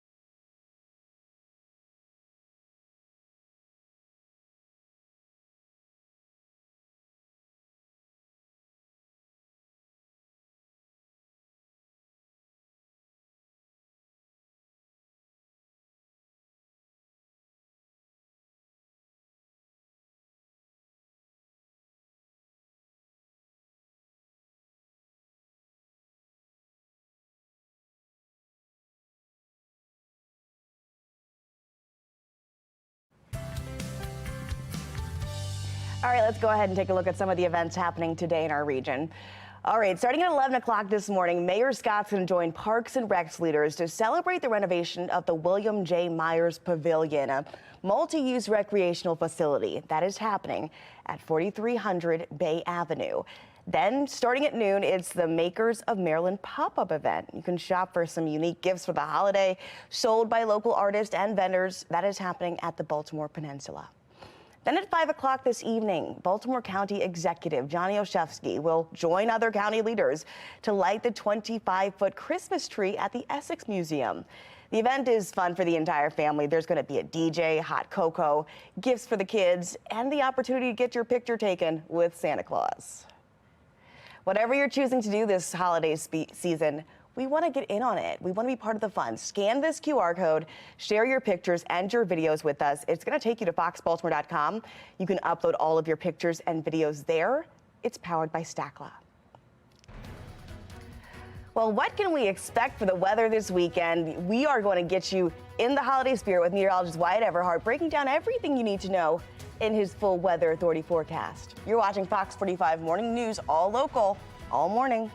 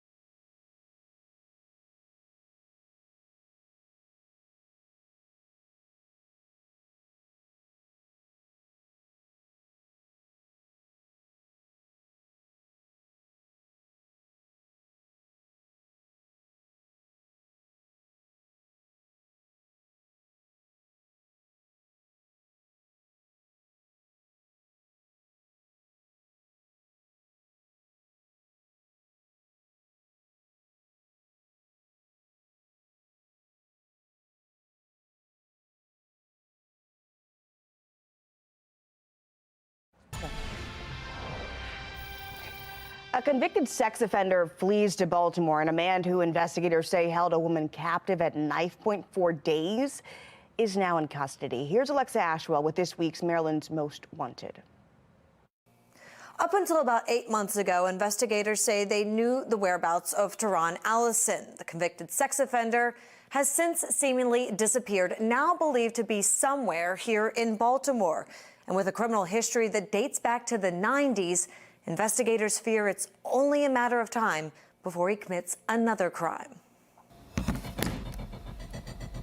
Alamance County, North Carolina, convicted sex offender Teron Allison has failed to properly register with the local sheriff's office. Deputies check his listed address only to realize the 65-year-old had gone on the run. These people operate under the radar. Authorities launch an investigation. Soon, receiving intel Allison may have fled north. Investigators enlisting the help of the U.S. Marshals Service. So both federal and state officials have recognized the repeated behaviors that come with sex offenses. According to investigators, Allison was found guilty of a sex crime in North Carolina back in 2003. Court documents detailing his victim was a teenaged girl. As a result of his conviction, Allison is required to register as a sex offender. But his criminal history, investigators say, goes beyond a sex crime. This offender actually has a criminal history dating all the way back to the 90s. Not only was he found guilty of indecent liberties with a minor, but he also has an extensive criminal history that involves domestic violence situations in which he was charged with assault on a female and both drug possession and drug trafficking. According to investigators, at one point, Allison was even running a stash house where criminals will often store drugs and their profits. Cocaine and marijuana. Several months ago, investigators say they received information Allison was here in Baltimore, specifically here on North Pulaski Highway in the Mandamin community. Facts gathered during the investigation indicates that he has family and community ties up here. He's known to travel back and forth between Maryland and North Carolina. Family and friends. How investigators believe Allison has been able to elude law enforcement. Authorities stressing Allison must be taken into custody. Oftentimes they rely on family members who think that oftentimes that they put their criminal past behind them. It is in the interest of public safety that we get off the street. Take a good look. Allison stands at about 5'5" and weighs approximately 145 pounds. Investigators say he does have the alias, that nickname Baltimore. He's also known to have scars on his left hand and stomach area. If you have any information regarding the whereabouts of Allison, you're asked to contact the U.S. Marshals Service. The tip line number 1-877-WANTED-2. Or you can contact agents directly, 202-819-5058. Update. The Baltimore man accused of holding a woman captive in their home at knife point for days is now in custody. Back in January 2023, Nicholas Young went on the run. Shortly after appearing on Maryland's Most Wanted, Young was arrested by Maryland State Police in Graysonville, Maryland. Investigators say he assaulted another victim and had barricaded himself in an apartment. Young was finally taken into custody and is now facing charges in both jurisdictions. If you recognize any of our fugitives, remember you can always remain anonymous and you could earn a reward. I'm Alexa Ashwell, and this is Maryland's Most Wanted. All right, well, if you are wanting a day to really just enjoy the fog, stay in the house, this is your day. Meteorologist Wyatt Everhart with a look at our forecast. Yeah, I mean, it's a cozy morning, I guess. If you don't have to get anywhere, I recommend don't, because it's pain on the roads right now. Reduced visibility, wet pavement, all of it, right? And probably worse than normal traffic for an early Saturday morning because of those factors. Visibility still reported at 0 at the top of the hour. The good news is it can't get any worse, at least on official visibility reports. Now, as far as how far down the worst of the fog sinks to the ground, that varies a little bit. But basically, all points from Baltimore to Columbia, up to Elkton, and down toward even D.C. this morning, we're talking less than a mile. So not great. Not great at all. A couple of hours go by, fog lifts. We'll begin to improve things, but it's going to take a couple of hours. Upper 40s this morning, climbing into, I think, the 50s to just above 60 this afternoon. As the fog lifts, we will look for at least a little bit of sun to possibly pop through late this afternoon. But overall, the story is a cloudy one, no question about that. As we look at future scan, put that into motion, you can see okay through about 3 o'clock. Not bad, actually, this afternoon. But rain beginning to move in earnest as we see low pressure coming up off the Carolinas. I mean, some heavy rain on and off, I think, overnight tonight. Some of those showers lingering into early Sunday. I think the good news is we'll clear out once again for the afternoon. In fact, an even clearer afternoon on Sunday versus this afternoon. So both days starting off not the best, but both days finishing well. By the way, tonight could see up to an inch of rain in most spots from that low pressure area coming through. It's mist for the next few hours, then a break in the action, then rain tonight, and ultimately toward the middle of next week, drier air is on the march, as well as somewhat cooler air. We'll dry things out Sunday afternoon to Monday, then we'll cool things down Wednesday into Thursday. There's that trend of a cooling nature from the midweek to the late week. I will say this, most of the long-term modeling has us back in the mid-50s next weekend. So we're going to kind of swing the pendulum both ways here on the temperatures. Back to you. All right, sounds good, Wyatt. After the break, a momentous life event could come at a rising cost. We'll have some money-saving tips for how you should respond when you say I do.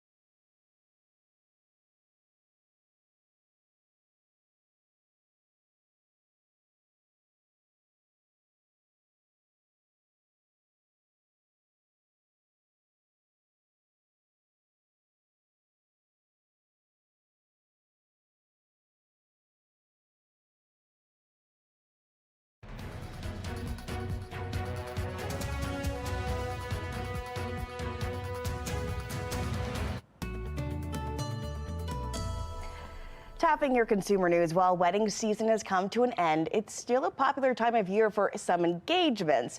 But couples have to consider the rising cost of saying I do. Caroline Patrikas from our sister station in D.C. spoke to a local wedding planner about how to save some money on your big day. Engagement season is underway, and as wedding planners prepare for the wedding season of 2024, they say wedding boom might be slowing down just a bit, but the cost to say I do is speeding up. I think we've seen costs just across the board rise around 20% or so, in some cases maybe even higher. Stephanie Sadowski of SRS Events says her couples spend a minimum of $1,000 per guest. That number is up from when she started her business in 2016. DC in general is more expensive than other parts of the US. So when couples look and Google what's the average cost of a wedding, what they see from Zola, what they see from the Knot, all of those articles that pop up of $29,000 doesn't apply to the DC area. Kalina Thomas, who owns Blue Sapphire Events, said her couples spend up to $125,000 for a DC area wedding. Why does it seem like weddings are more expensive than other events? That reason is because there's not really any other events that people are dreaming about since they're small children. Her tips for saving? I don't know that there's necessarily like any tricks or true things and ways to save. You know, the number one thing that people constantly talk about is, you know, cut your guest list. She says having an expert wedding planner could help you navigate your budget before booking a venue you can't afford. Because I think it gets so difficult if they don't have those numbers beforehand. They're going to go out, they're going to book a venue that maybe they can't afford. Realize, oh no, I've spent all of my money on the venue and the catering, and now I don't have money for anything else. All right, well, let's get on over to America's Steals and Deals. The following segment is sponsored by Knocking. There is nothing more frustrating than when you want to take a photo and your phone says, storage full. Oh, and it always happens at the most inconvenient times. I was just at my godson's wedding and I took hundreds of photos. If I had had the Click Free Pro, I would have loaded them onto this and gifted him one of these as a keepsake of his special day. And the Click Free Pro can store thousands of photos and videos while fitting easily in your hand. You know, other storage options they're bulky, they're expensive, and sometimes you need other accessories to work with different devices. Well, this has a port. Look at this. Look how easily that went in for each device. So you can use it with your laptop or your tablet. It's light and it's a great deal. The Click Free app, this is really cool, allows you to scan old photos so they don't sit on a shelf or a box anymore. And also, this is really cool. I love this little carrying case. It's cute. They come in lots of different colors, just perfect. Right now, we are offering 50% off. Did you hear what I said? Get this, 50% off on the Click Free Pro. So I want you to head over to asadeals.com for this exclusive offer. And believe me, these are going to go very, very quickly.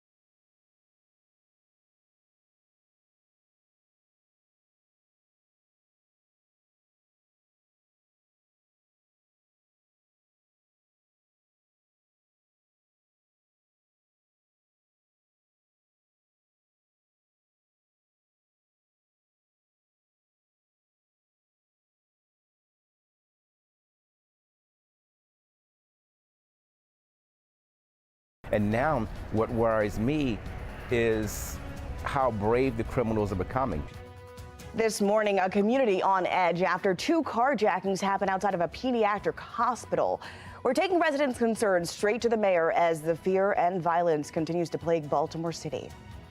Plus, juvenile crime remains top of mind among Marylanders, why lawmakers' actions to address this issue may not be as drastic as their constituents are hoping for. And I'm Wyatt Everhart. Active weather pattern with fog this morning and rain due in tonight. We'll detail all of it right here on Fox 45 Morning News. Live from WBFF in Baltimore, this is Fox 45 Morning News. Good morning to you. 9:01 over a foggy look in Towson, thanks to our Mile 1 auto cam. Thanks for being with us this Saturday, December 2nd. And it certainly is feeling and looking like December. Let's get to your forecast because, look, meteorologist Wyatt Everhart, we're in for a foggy one, but warmer temperatures later, possibly? Yeah, a little bit of everything. Taylor, have you ever been out on like a ship or a boat and you hear that foghorn? Yeah. It's just like that spooky, right? Yeah. It's kind of what it's like this morning, right? It We're is. socked in Spooky big looking. time, especially right along the Chesapeake. I mean, you can't see a thing right now. And that's going to kind of continue for another couple of hours.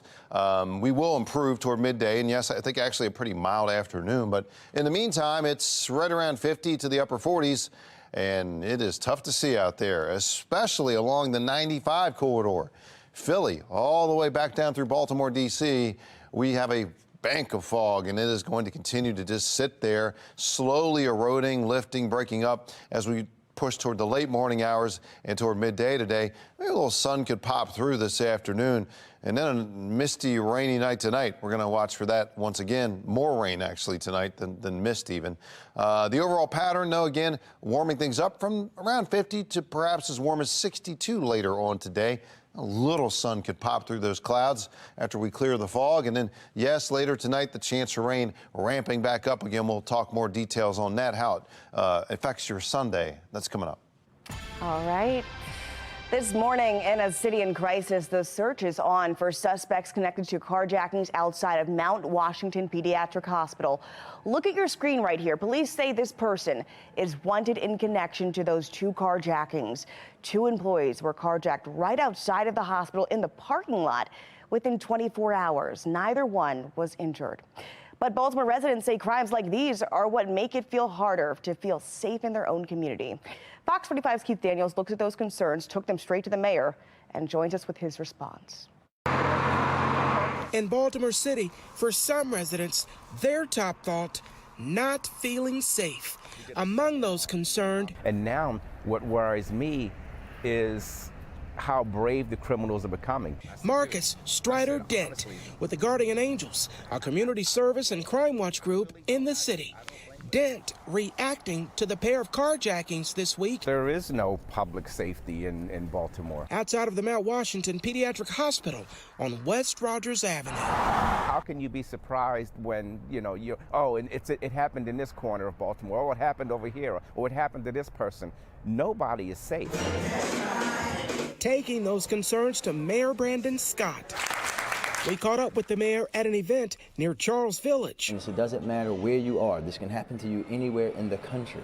Where we pressed him about people's safety concerns after that alarming incident at the Children's Hospital. We don't care where it happens. We're going to continue to go after people that carjack, just like we did last week, arresting people in a carjacked vehicle. That feeling of not feeling safe, what do you say? Yes, sir.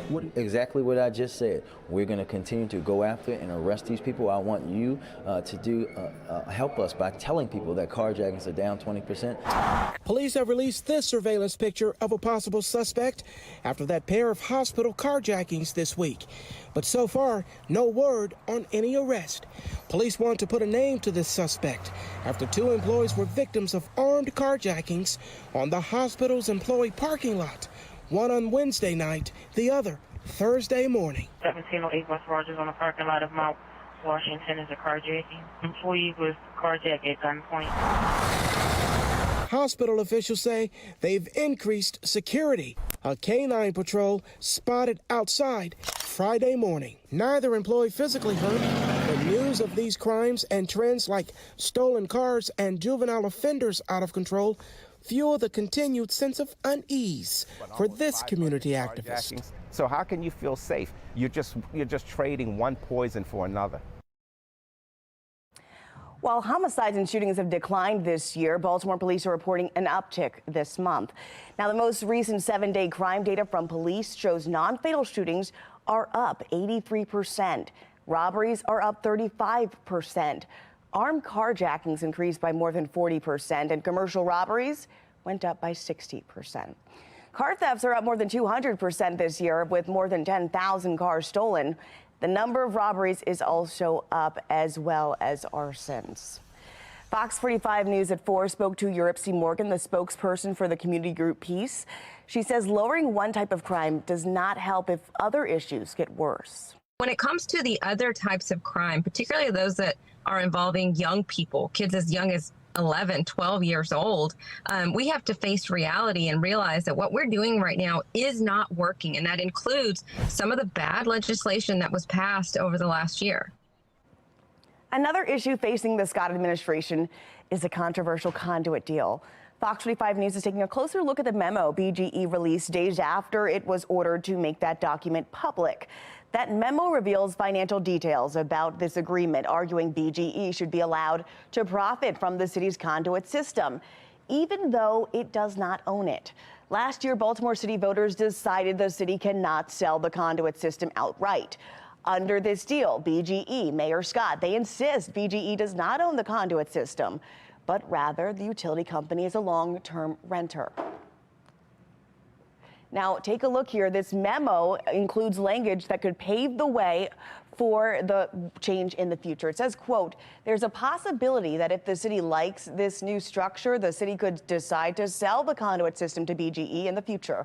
It goes on to say that would require a ballot initiative that would reverse the decision voters already made last year. Taxpayer watchdog David Williams says that nullifies the will of voters. The people of Baltimore City spoke last year, and they said that they wanted the city to own the system. This is critical infrastructure. The city should never give up any critical infrastructure or sign an agreement that would even leave the door open to giving up critical infrastructure like the Conduit system. There have been transparency issues surrounding the BGE deal. Several city leaders criticized it, saying it was rushed and the process just was not transparent. Last February, City Comptroller Bill Henry and City Council President Nick Mosby, they sat out of the Board of Estimates vote to try to stop the deal from going through. The mayor pushed it through. The remaining 3 members, including the mayor and 2 of his appointees, approved the plan. You have the mayor trying to get this deal through in a non-transparent way, and there are more questions than answers. And here we are at the end of 2023, and we still don't have all the answers. This memo doesn't provide all the answers that ratepayers, citizens, and taxpayers need of this deal. There are many loopholes.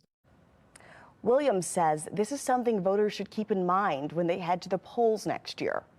When voters go to the polls, they need to look at every aspect of the administration, whether it's spending, whether it's transparency, and whether it's their signing secret deals. This deal is potentially another legacy of the Scott administration. And if this goes south, this could be a real problem, for his campaign, but more importantly, for the citizens of Baltimore City, because they're going to be left holding the bill long after Mayor Scott is gone from office. A recent Goucher poll has Mayor Scott trailing former Mayor Sheila Dixon 27%. Now, if you look at these responses, they say they would vote for Mayor Scott. And Sheila Dixon getting 39% of that vote, as well as 23% saying another candidate they would support.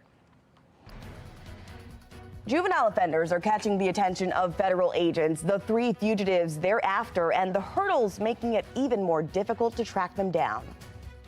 I'm Wyatt Everhart. A foggy start this morning and driving with caution, at least for the next couple of hours. We'll talk about how things improve this afternoon before they go back downhill tonight, and then they get better again. It's all coming up.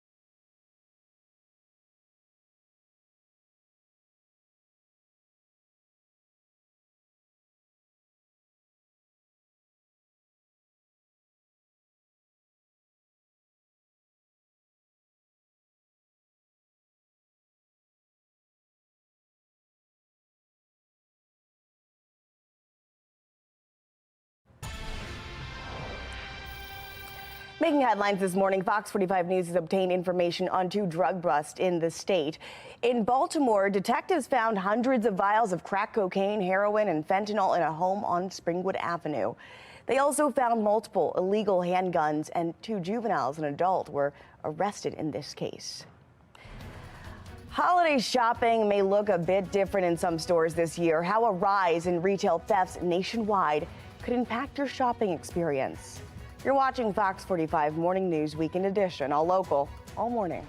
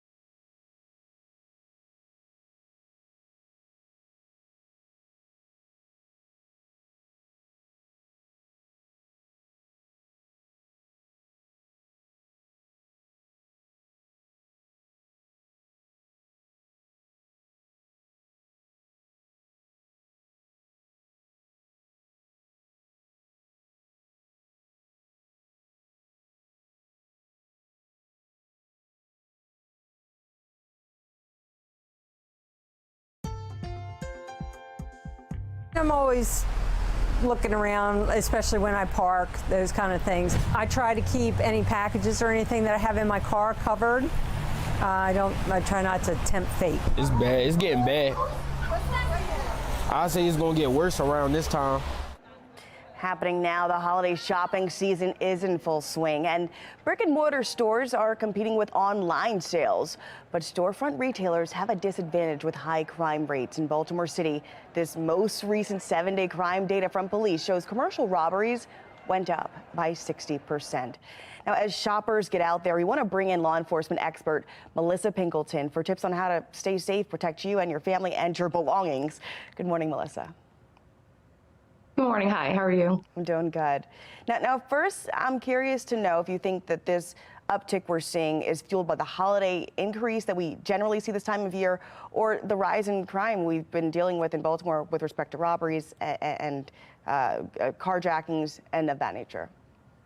Well, it really is a true combination of both. And in first responder land, we call it instead of the holidays, we call it the holo craze. And so it's a very, very real thing.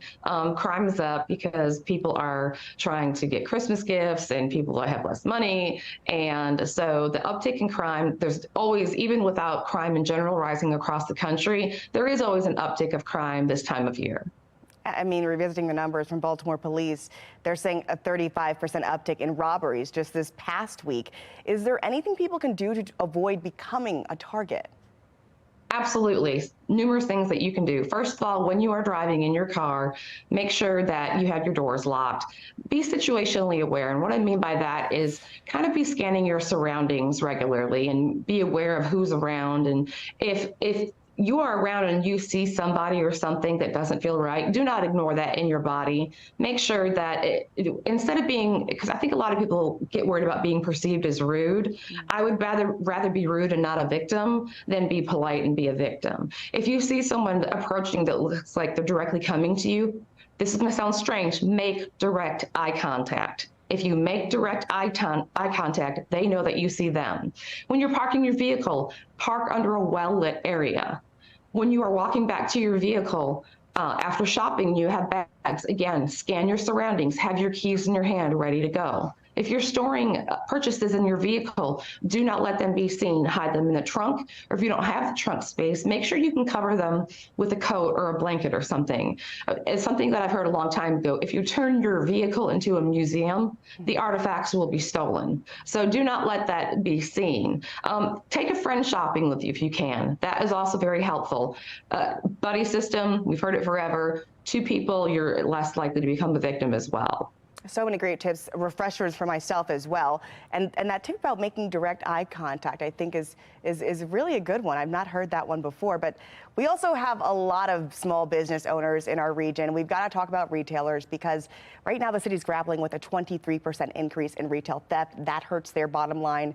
How can store owners brace themselves?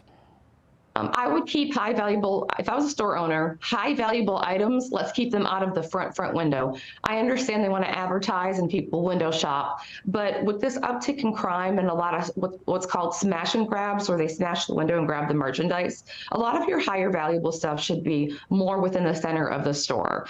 The stores need to hire additional resources during the holidays. You shouldn't have in stores be having one coworker closing the shop by itself. And I know it's a little bit of extra money, but they have to think about it in terms of if I hire more help versus if somebody comes in and steals $30,000 worth of merchandise. If they can't afford to hire security, hire a security guard for the next month or 2. That will also help because a lot of times visible presence, even if it's an off-duty police officer or a security guard in a marked uniform, just the visual of having law enforcement is a deterrent in itself. And I'm sure it makes shoppers feel more secure entering that business and buying from them as well. Thank you so much, Melissa Pingleton, as we get our shop on. You're so welcome. Absolutely. All right. Well, let's talk to meteorologist Wyatt Everhart, because if you're trying to get on the road today and get your shop on, you may have some issues. Yeah, I mean, I would almost encourage you to push it a little later in the day if you can, Taylor, just because, you know how it is out there. I mean, wet roads, reduced visibility, and people drive crazy, so you add it all up. It's maybe not the most fun morning to be driving, but if you have to get out and about, just use those low beams and slow down a little bit. Visibility numbers across the entire central part of the state are very low, generally less than a half to a quarter of a mile. No visibility in Gaithersburg right now, nor in Stevensville, nor in Easton. So dense fog up and down the Chesapeake Bay region, up and down the I-95 corridor. Numbers are still floating in the upper 40s out there. There's no chance of freezing fog or any icy conditions out there. That's the good news. I think after the fog and mist relents toward midday, we'll actually see the numbers hover close to 60 for the afternoon. So a relatively mild Saturday late day, but the clouds holding fairly tough. Maybe a few breaks of sun late afternoon, not much. Then tonight, just the reverse. Low pressure area coming in, going to bring the chance for rain up as we go into the night, and certainly as we go into the early part of Sunday morning, some heavy downpours scattered about the area. I do think this, as we push toward midday Sunday, we're going to clear all this out. And so a better afternoon today, but an even better afternoon Sunday afternoon versus Saturday. Overall, the scenario is, again, just fog and cloudy, rain tonight, overnight into Sunday morning, and a cooler, drier pattern setting up toward the middle of next week. By the way, decent amount of rain coming in tonight, probably at least a half an inch. Many spots could get 3/4 to an inch of rain. Misty early today. Rainmaker right here along the Carolina coast. That slides up for tonight into Sunday early day. And then we've got drier, cooler air back out here towards St. Louis, Chicagoland. That's going to be diving southward toward midweek. So relatively mild from the southeast into the mid-Atlantic to start the weekend. But by the time we get into the end of the weekend and certainly into the early week, you see the numbers dropping from the 50s down through the 40s. So more seasonable weather, even unseasonably cool weather by the latter part of the week. Overall, though, it is a dry pattern. Once we get through the on and off mist and rain of this weekend, looking fairly dry into next week. A doctor shortage in the U.S. is already a problem and expected to get worse over the next decade, with a projected 100,000 physician shortage by 2034. Spotlight on America investigates how this impacts you as a patient.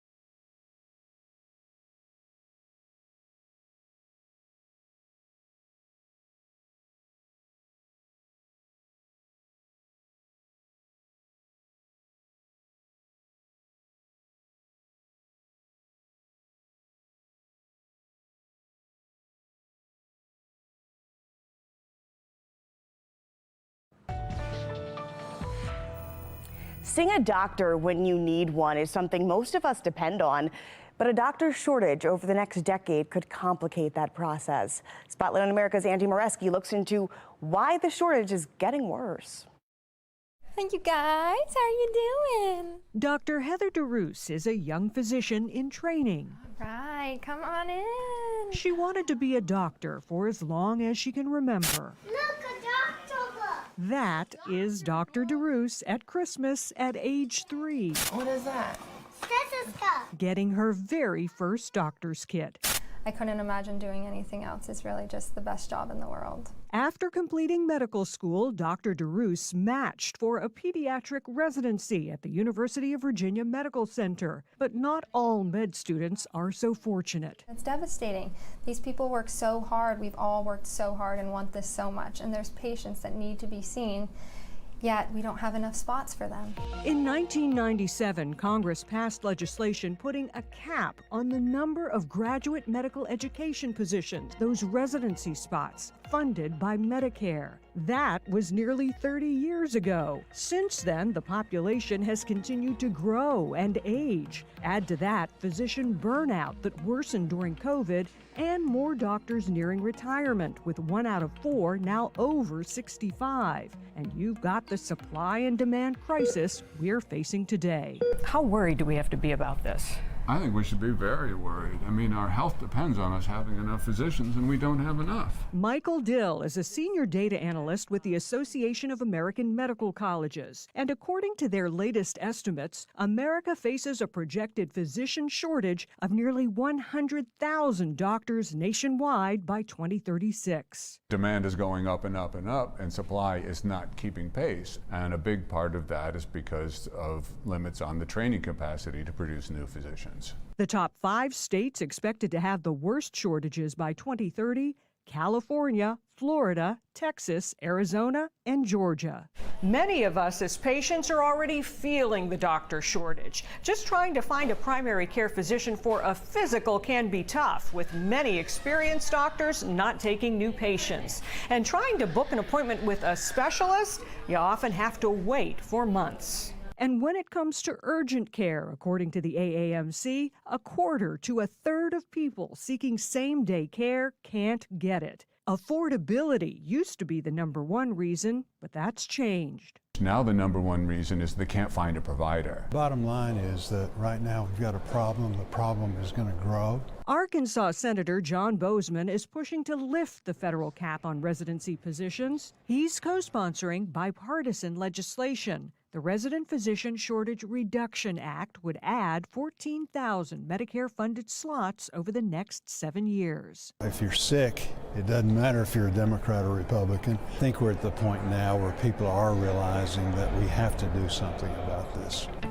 Time is a concern. It takes about a decade to train a doctor, and with the shortage now, young physicians like Dr. DeRoos are already facing long hours and an ever-increasing patient load.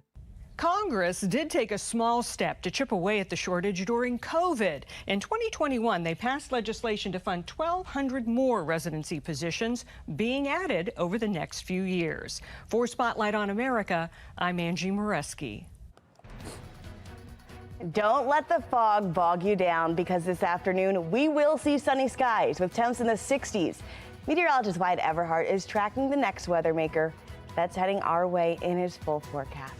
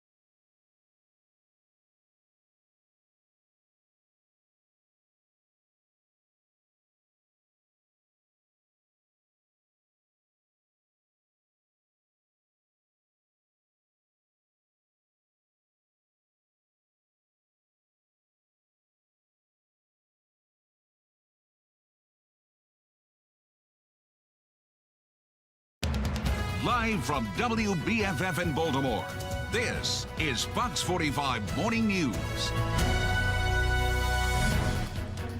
Good morning to you. It is 9:31 on Saturday, December 2nd. And look, guys, let's just call it what it is. It's a foggy morning, this winter-like forecast. But no, the temperatures are okay. Meteorologist Wyatt Everhart will tell you about the sunny skies we could see later. Yeah, right? I mean, I would call it winter-like in terms. This is when we tend to see these really dense fog events a lot of times that kind of hang through the late morning, right? So that's what we got going on this morning, and that's going to kind of continue to be the case. A chance for showers definitely coming in later tonight, though, and not really clearing out until early Sunday. So that's the overall setup, is that fog lifts today. We get a little better afternoon once this kind of lifts and mixes out, but even though we'll rise temperatures to around 60 today and clear out the fog ultimately, we've got more rain due in tonight and perhaps some misty conditions with that overnight once again tonight. So a little bit back and forth this weekend with the active weather. There's the improvement this afternoon. Fog may remain over the Chesapeake, but I think the 95 corridor will be clearing out in the next couple of hours. It's going to take a while, though. And the numbers going from 50 to around 60 late this afternoon. Again, looking for a slow but steady improvement into the early afternoon, and then the chances for rain going up later on tonight. We'll detail that more so coming up in just a couple minutes. We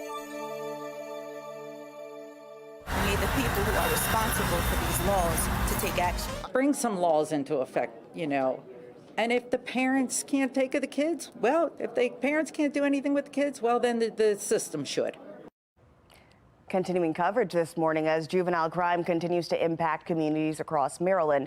Victims are speaking out. Let's look ahead, though, to next Tuesday, December 5th, when lawmakers will meet once again for the third time in Annapolis to tackle juvenile crime. But the actions could be smaller than some are expecting. Mackenzie Frost has the details. For months, teenagers just terrorizing the neighborhood. Fox 45 News has heard from victims. Crazy. These juveniles are out of control. Something's got to be done. The criminals are emboldened. They don't care. They just don't. One pistol whipped me, and that's why my face looks the way it does. I just want to be safe in my own neighborhood, and right now I don't feel safe. And many of them are looking to lawmakers in Annapolis to drive policy forward that puts a stop to the juvenile crime crisis. They're catering to the children. They're catering to the lawbreakers. There's enough of this going on that the families, the community, the laws, the mayor need to do something. These kids keep committing these crimes and they're not being punished for it. The law, I'm pissed off at the law. That law prohibiting kids 13 and younger from facing misdemeanor nonviolent charges, like car thefts. On December 5th, a House committee will hold the third hearing about juvenile crime. The committee, led by Baltimore City Democrat Delegate Luke Clippinger. The previous two hearings have yet to produce concrete plans for changes to any legislation. It seems like the issue's gotten so bad. Delegate Robin Grammer, a Republican from Baltimore County, sits on the committee. He's been pushing for bigger changes and says the two previous hearings this fall have been beneficial, but it's time to see action. People have to, frankly, stop playing so close to the chest and start having real discussions about this issue. On the other side of the State House, Senator Will Smith chairs the Senate Judicial Proceedings Committee. Smith says juvenile justice laws need more time to see full results. Laws that we put in place are going to take a couple of years to fully see the kind of the fruit of the foundations that we've laid and the seeds that we've planted. I, for one, am not interested in rolling back the reforms that we put in place last year. But some parents, like Crystal Gonzalez, whose daughter was killed in Baltimore City during the Brooklyn Day mass shooting last summer, said the young offenders understand the juvenile justice laws, and that's part of the problem. The current state of our juvenile crime laws are showing that our juveniles are actually obeying the laws. Our young offenders understand that if they stay under the law, they cannot be held accountable because of their ages. But what lawmakers, especially Democrats in charge, decide to do about the rise in juvenile crime remains unclear. When asked about his plan, Governor Wes Moore doesn't give specifics or a timeline. Do you have a timeline for when the public will see your vision for this moving forward, leading on this issue before January 10th? Oh yeah, the public will see our complete rollout prior to the legislative session. When? And we're working in partnership with both Democratic and Republican leaders to be able to ensure that the basic principles that we have laid out before, how do you increase accountability? How are we making sure that we're addressing the issue of illegal guns and how easy it is to gain access to illegal guns? Several organizations working with young people like ROCA, operating in Baltimore City, are scheduled to testify at the next hearing, which will begin at 1 o'clock on December 5th in Annapolis. Mackenzie Frost, Fox 45 News. Now, in the meantime, as pressure mounts to fix the juvenile crime crisis, the U.S. Marshal Service says it's receiving more cases involving young people wanted by local police for violent crimes. This morning, Fox 45's Alexa Ashwell is taking a closer look at the investigations underway. Armed robbery, auto theft. In just 1 week, the U.S. Marshal Service says 3 fugitives have come across their desk. The majority of them wanted for multiple crimes, violent crimes, and all of them juveniles. 3 teens accused of committing separate and unrelated violent crimes have been added to the list of fugitives now wanted by the U.S. Marshal Service.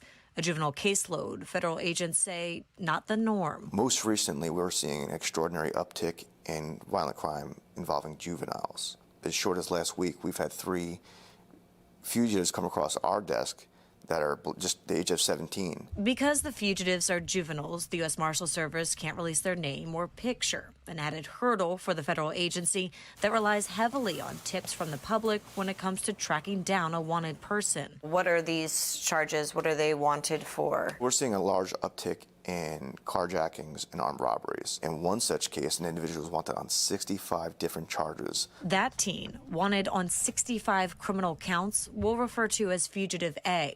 Investigators say this past summer, he went on a crime spree, stealing cars and robbing people. Some locations include Southeast Baltimore's Baltimore Highlands, Highlandtown, and Greektown communities. Fugitive B, back in August, is also accused of committing a string of street robberies, but in the city's Mount Vernon and Carroll communities. And Fugitive C is accused of taking part in a scheme involving 2 other juveniles. In this case, investigators say the teens robbed a man who had agreed to sell them shoes after connecting on the website OfferUp in East Baltimore. At the time, investigators say one of the juveniles was wearing an ankle monitor and under the supervision of the Department of Juvenile Services. 3 cases that agents say highlight the recent uptick in the U.S. Marshal Service involvement in tracking down juvenile fugitives. Another and high-profile case, the search for the Morgan State University mass shooters. The Morgan State case showed us that violence knows no boundaries regardless of your age. The age nor consequence not stopping the crime. We want to work with our local partners to take these violent individuals off the street regardless of their age. And the agency says this isn't just happening in Baltimore City, but neighboring jurisdictions as well. Alexa Ashwell, Fox 45 News. State champions crowned in Annapolis with a few local teams on the hunt. Find out which programs are bringing back the hardware. That's just ahead in Sports Unlimited. I'm Wyatt Everett. We are still socked in with the fog this morning from really Bel Air right down through Baltimore into D.C. We'll talk about how things change by the afternoon and what we can expect as we go into your Sunday and beyond. It's coming up right here. Coming up this week on Full Measure, the transgender movement in America has gone from 0 to 60 practically overnight, in part due to invisible forces like pharmaceutical interests that have a big role to play in pushing the movement forward. We investigate who exactly is bankrolling the transgender agenda and why. The deadly October 7th attack on Israel by Islamic extremist Hamas terrorists forced many Israelis to evacuate their hometowns, but some residents have chosen to stay, remaining in close range of potential enemy attacks. Scott Thuman speaks to one couple still living in an Israeli border town we visited back in 2021, known as the bomb shelter capital of the world. And what do you think about the idea of kids going to school 4 days a week instead of 5? We visit a large school district that's joining a growing movement. All this week on Full Measure.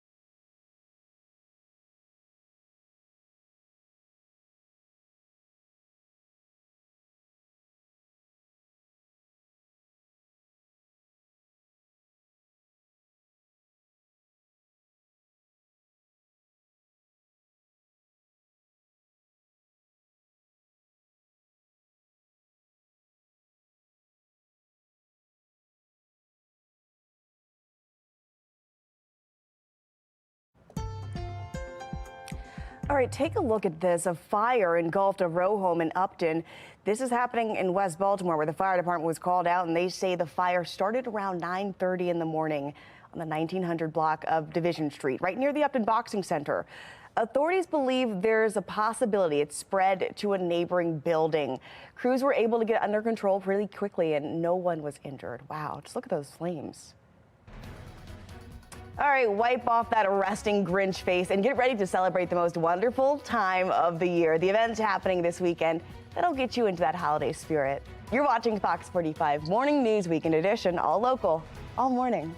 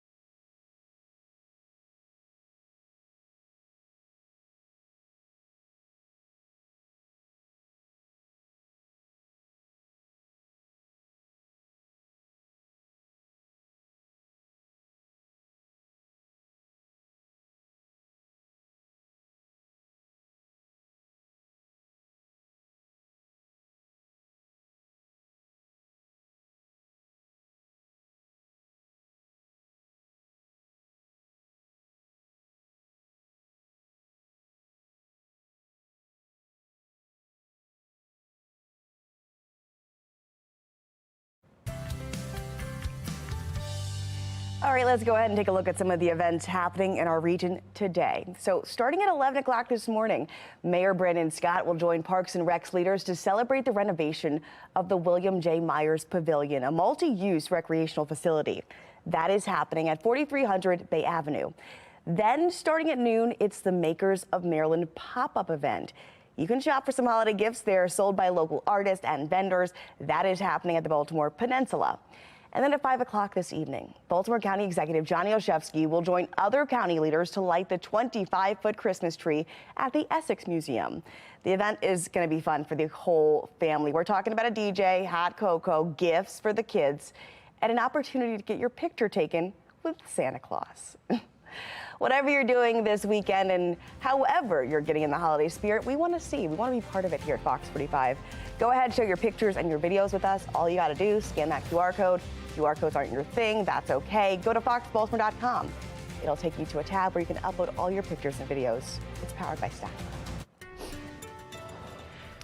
All right, meteorologist Wyatt Everhart back with another look at our forecast. And I got to say, Wyatt, from the time we first spoke this morning at 7, I still don't know where we're looking. It's so foggy. We were talking about it. It's like we could take a camera and we could kind of name off our favorite town, right? Pretty much. For all we know, it's where the imagination is this morning when you look out the window. Look, bottom line is we're socked in. We're going to remain socked in for a while. It doesn't matter that we have some bright conditions above these low clouds. We got zero visibility at the surface right now, BWI. Traveling this morning, flights, whether you're talking about BWI, Philly, DC, Reagan, Dulles, all going to have some issues with that reduced visibility. And upper 40s right now, slow to warm up today under that fog and mist this morning, but I think ultimately we'll jump about 10 or 12 degrees, end up close to 60 late this afternoon. Might even see a little sun break through the clouds late this afternoon, but it won't last long because we've got a second area of weather coming in out of the south, area of low pressure moving up off the Carolina coast and bringing the rain beginning late this evening. I'd say anytime after about 9 o'clock is a good bet. So coming back from dinner tonight, you may run into some rain. As we take a look at the overall setup into Sunday morning, still scattered showers in the area. So it's another wet start tomorrow in a slightly different way, not so much in the way of fog and mist, more so in the way of true rain Sunday morning. But even that clearing out. So once again, it's a morning that will be not so nice, followed by a better afternoon. That's the same pattern in a sense today as it will be tomorrow. Overall, it will be a cooler and drier pattern, though, as we go into next week. Tonight, we're talking about an inch of rain or so out of that system. Take a look. We just updated these totals.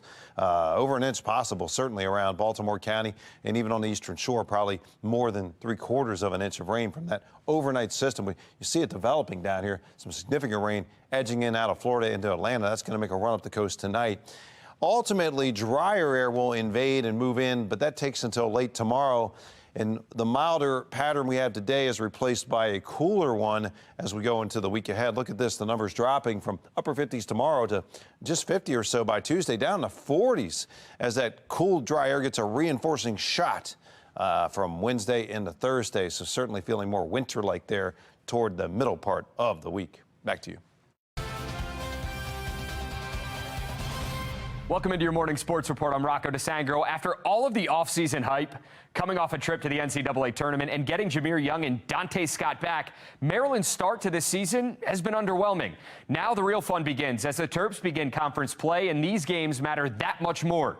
Terps opening the Big Ten slate on the road against Indiana, and the Hoosiers opening the game on an 18-6 run. Trey Galloway gets the hook shot to go. Terps trail by 12 at the half. Second half action here. Jameer Young trying to will the Terps back. Made jumper, cuts it to 10. Terps shoot 12.5% from three. That's not going to cut it. They never got the lead as Indiana wins this one 65-53. Here's head coach Kevin Willard on the loss. Trey Galloway killed us last year in the Big Ten tournament. Yep. And, you know, with Xavier Johnson not out there, it kind of gives him a little bit more freedom. And I thought he played great, and I thought he out-hustled us, and I thought he outplayed us, and I thought he was the difference in the game, to be honest with you. And we have guys, you know, that are just watching him and looking around who are, you know, 4th, 5th-year seniors. And, you know, that's just, if that's the way it's going to be, well, then I'm going to make some major changes. The Towson men fall to 3-5 on the year with a 61-48 loss to South Dakota State. Zeke Mayo had a game-high 20 for the Jackrabbits. Tyler Tejada for the Tigers with 13 points. To the NCAA Women's Volleyball Tournament, UMBC taking on USC in the first round. Retrievers kept it close in the first set. Kamani Kante with the big kill here, but USC ran away with the next two, winning 3-0. The MEAC champs from Coppin State making their first NCAA tournament appearance ever. Eagles battled Paolo Caton and Layla Ibrahim, denying the Panthers here. But the Eagles fall to Pitt in the first round, 3-0. Ravens flock, whether you feel happy, sad, indifferent, the fact of the matter is that Joe Flacco is now a Cleveland Brown. Not only that, he's going to start for the team this Sunday against the Rams. It's weird, I know. Rookie Dorian Thompson-Robinson has been ruled out for the Week 13 matchup with a concussion, so now it's Flacco time. Flacco spent 11 seasons here in Baltimore, leading the Ravens to a Super Bowl victory and winning the Super Bowl MVP. Now he'll play for the team's AFC North rival as he makes the most out of the opportunity at hand. You want your teammates to feel like, man, we got a chance to win with this guy. And I think that's why it's important to go out there and work hard and have a good, crisp practice, because you want everybody to feel that, because then the more confidence you go into the game with. You know, if you have guys that you believe in, confidence helps out. During weeks 13 and 14 of the season, the NFL allows players to wear customized cleats in honor of the causes they have chosen to support. For My Cleats, My Cause, Jets linebacker C.J. Mosley, he's wearing cleats to honor former Raven O.J. Brigance and his organization, the Brigance Brigade Foundation. It has a mission to improve quality of living for people with ALS. Brigance is a 16-year survivor of ALS. Mosley, a former Raven himself, wears the number 57 to honor Brigance as well. Look out for those cleats on Sunday when the Jets play the Falcons. That's really cool stuff right there. In Annapolis, Dunbar eyeing the three-peat Poets, taking on Calvert. Darian Edmond with a big INT here. Antonio Lyde scored the game's only touchdown. Dunbar gets it done to win its 13th state title. That's the most in MPSSAA history. 8-0 the final score. They're throwing up the threes right there. Broadneck and Wise going head-to-head for the 4A crown. All Pumas in the first half, and this guy, DeCarlos Young, was the reason why. He finds pay dirt for his first touchdown of the night, and then he comes back for more as Wise wins the 4A state title, 21-0. That's going to do it for this edition of Sports Unlimited, your morning sports report. I'm Rocco DeSangro. Thanks for watching, and have a great Saturday. All right, stay tuned to Fox 45 because Big Noon Saturday kicks off right here after our show. Starting at 3 p.m., you can catch the Mountain West Championship game where Boise State and UNLV go head-to-head in Vegas. Then the number 2 Michigan Wolverines and number 16 Iowa Hawkeyes will kick off at 8 p.m. That's the Big Ten Championship game here on Fox 45. And of course, you can't get enough football because on Sunday, you're back with us here for NFL action starting at 11. And then, of course, at 1 o'clock, the Miami Dolphins go head-to-head in the DMV with the Washington Commanders. Of course, to finish out your sports-filled weekend, we've got the San Francisco 49ers and the Eagles. They're playing in Philly at 4:25. All right, stick with us here at Fox 45 Morning News. After the break, we're going to break off the fog and chit-chat here at the desk with Wyatt. And he's got his exclusive 7-day forecast just ahead.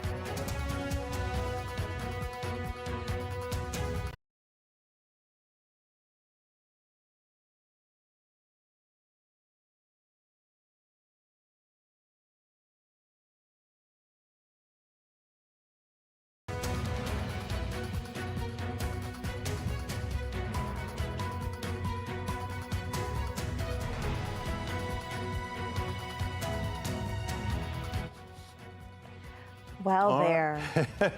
Just showing everyone it's still tough to see. And if you look at the visibility line, 0.0.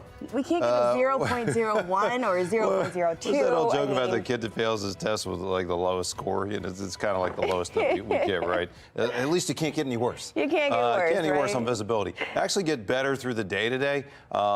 Maybe even 60, 62 degrees late this afternoon.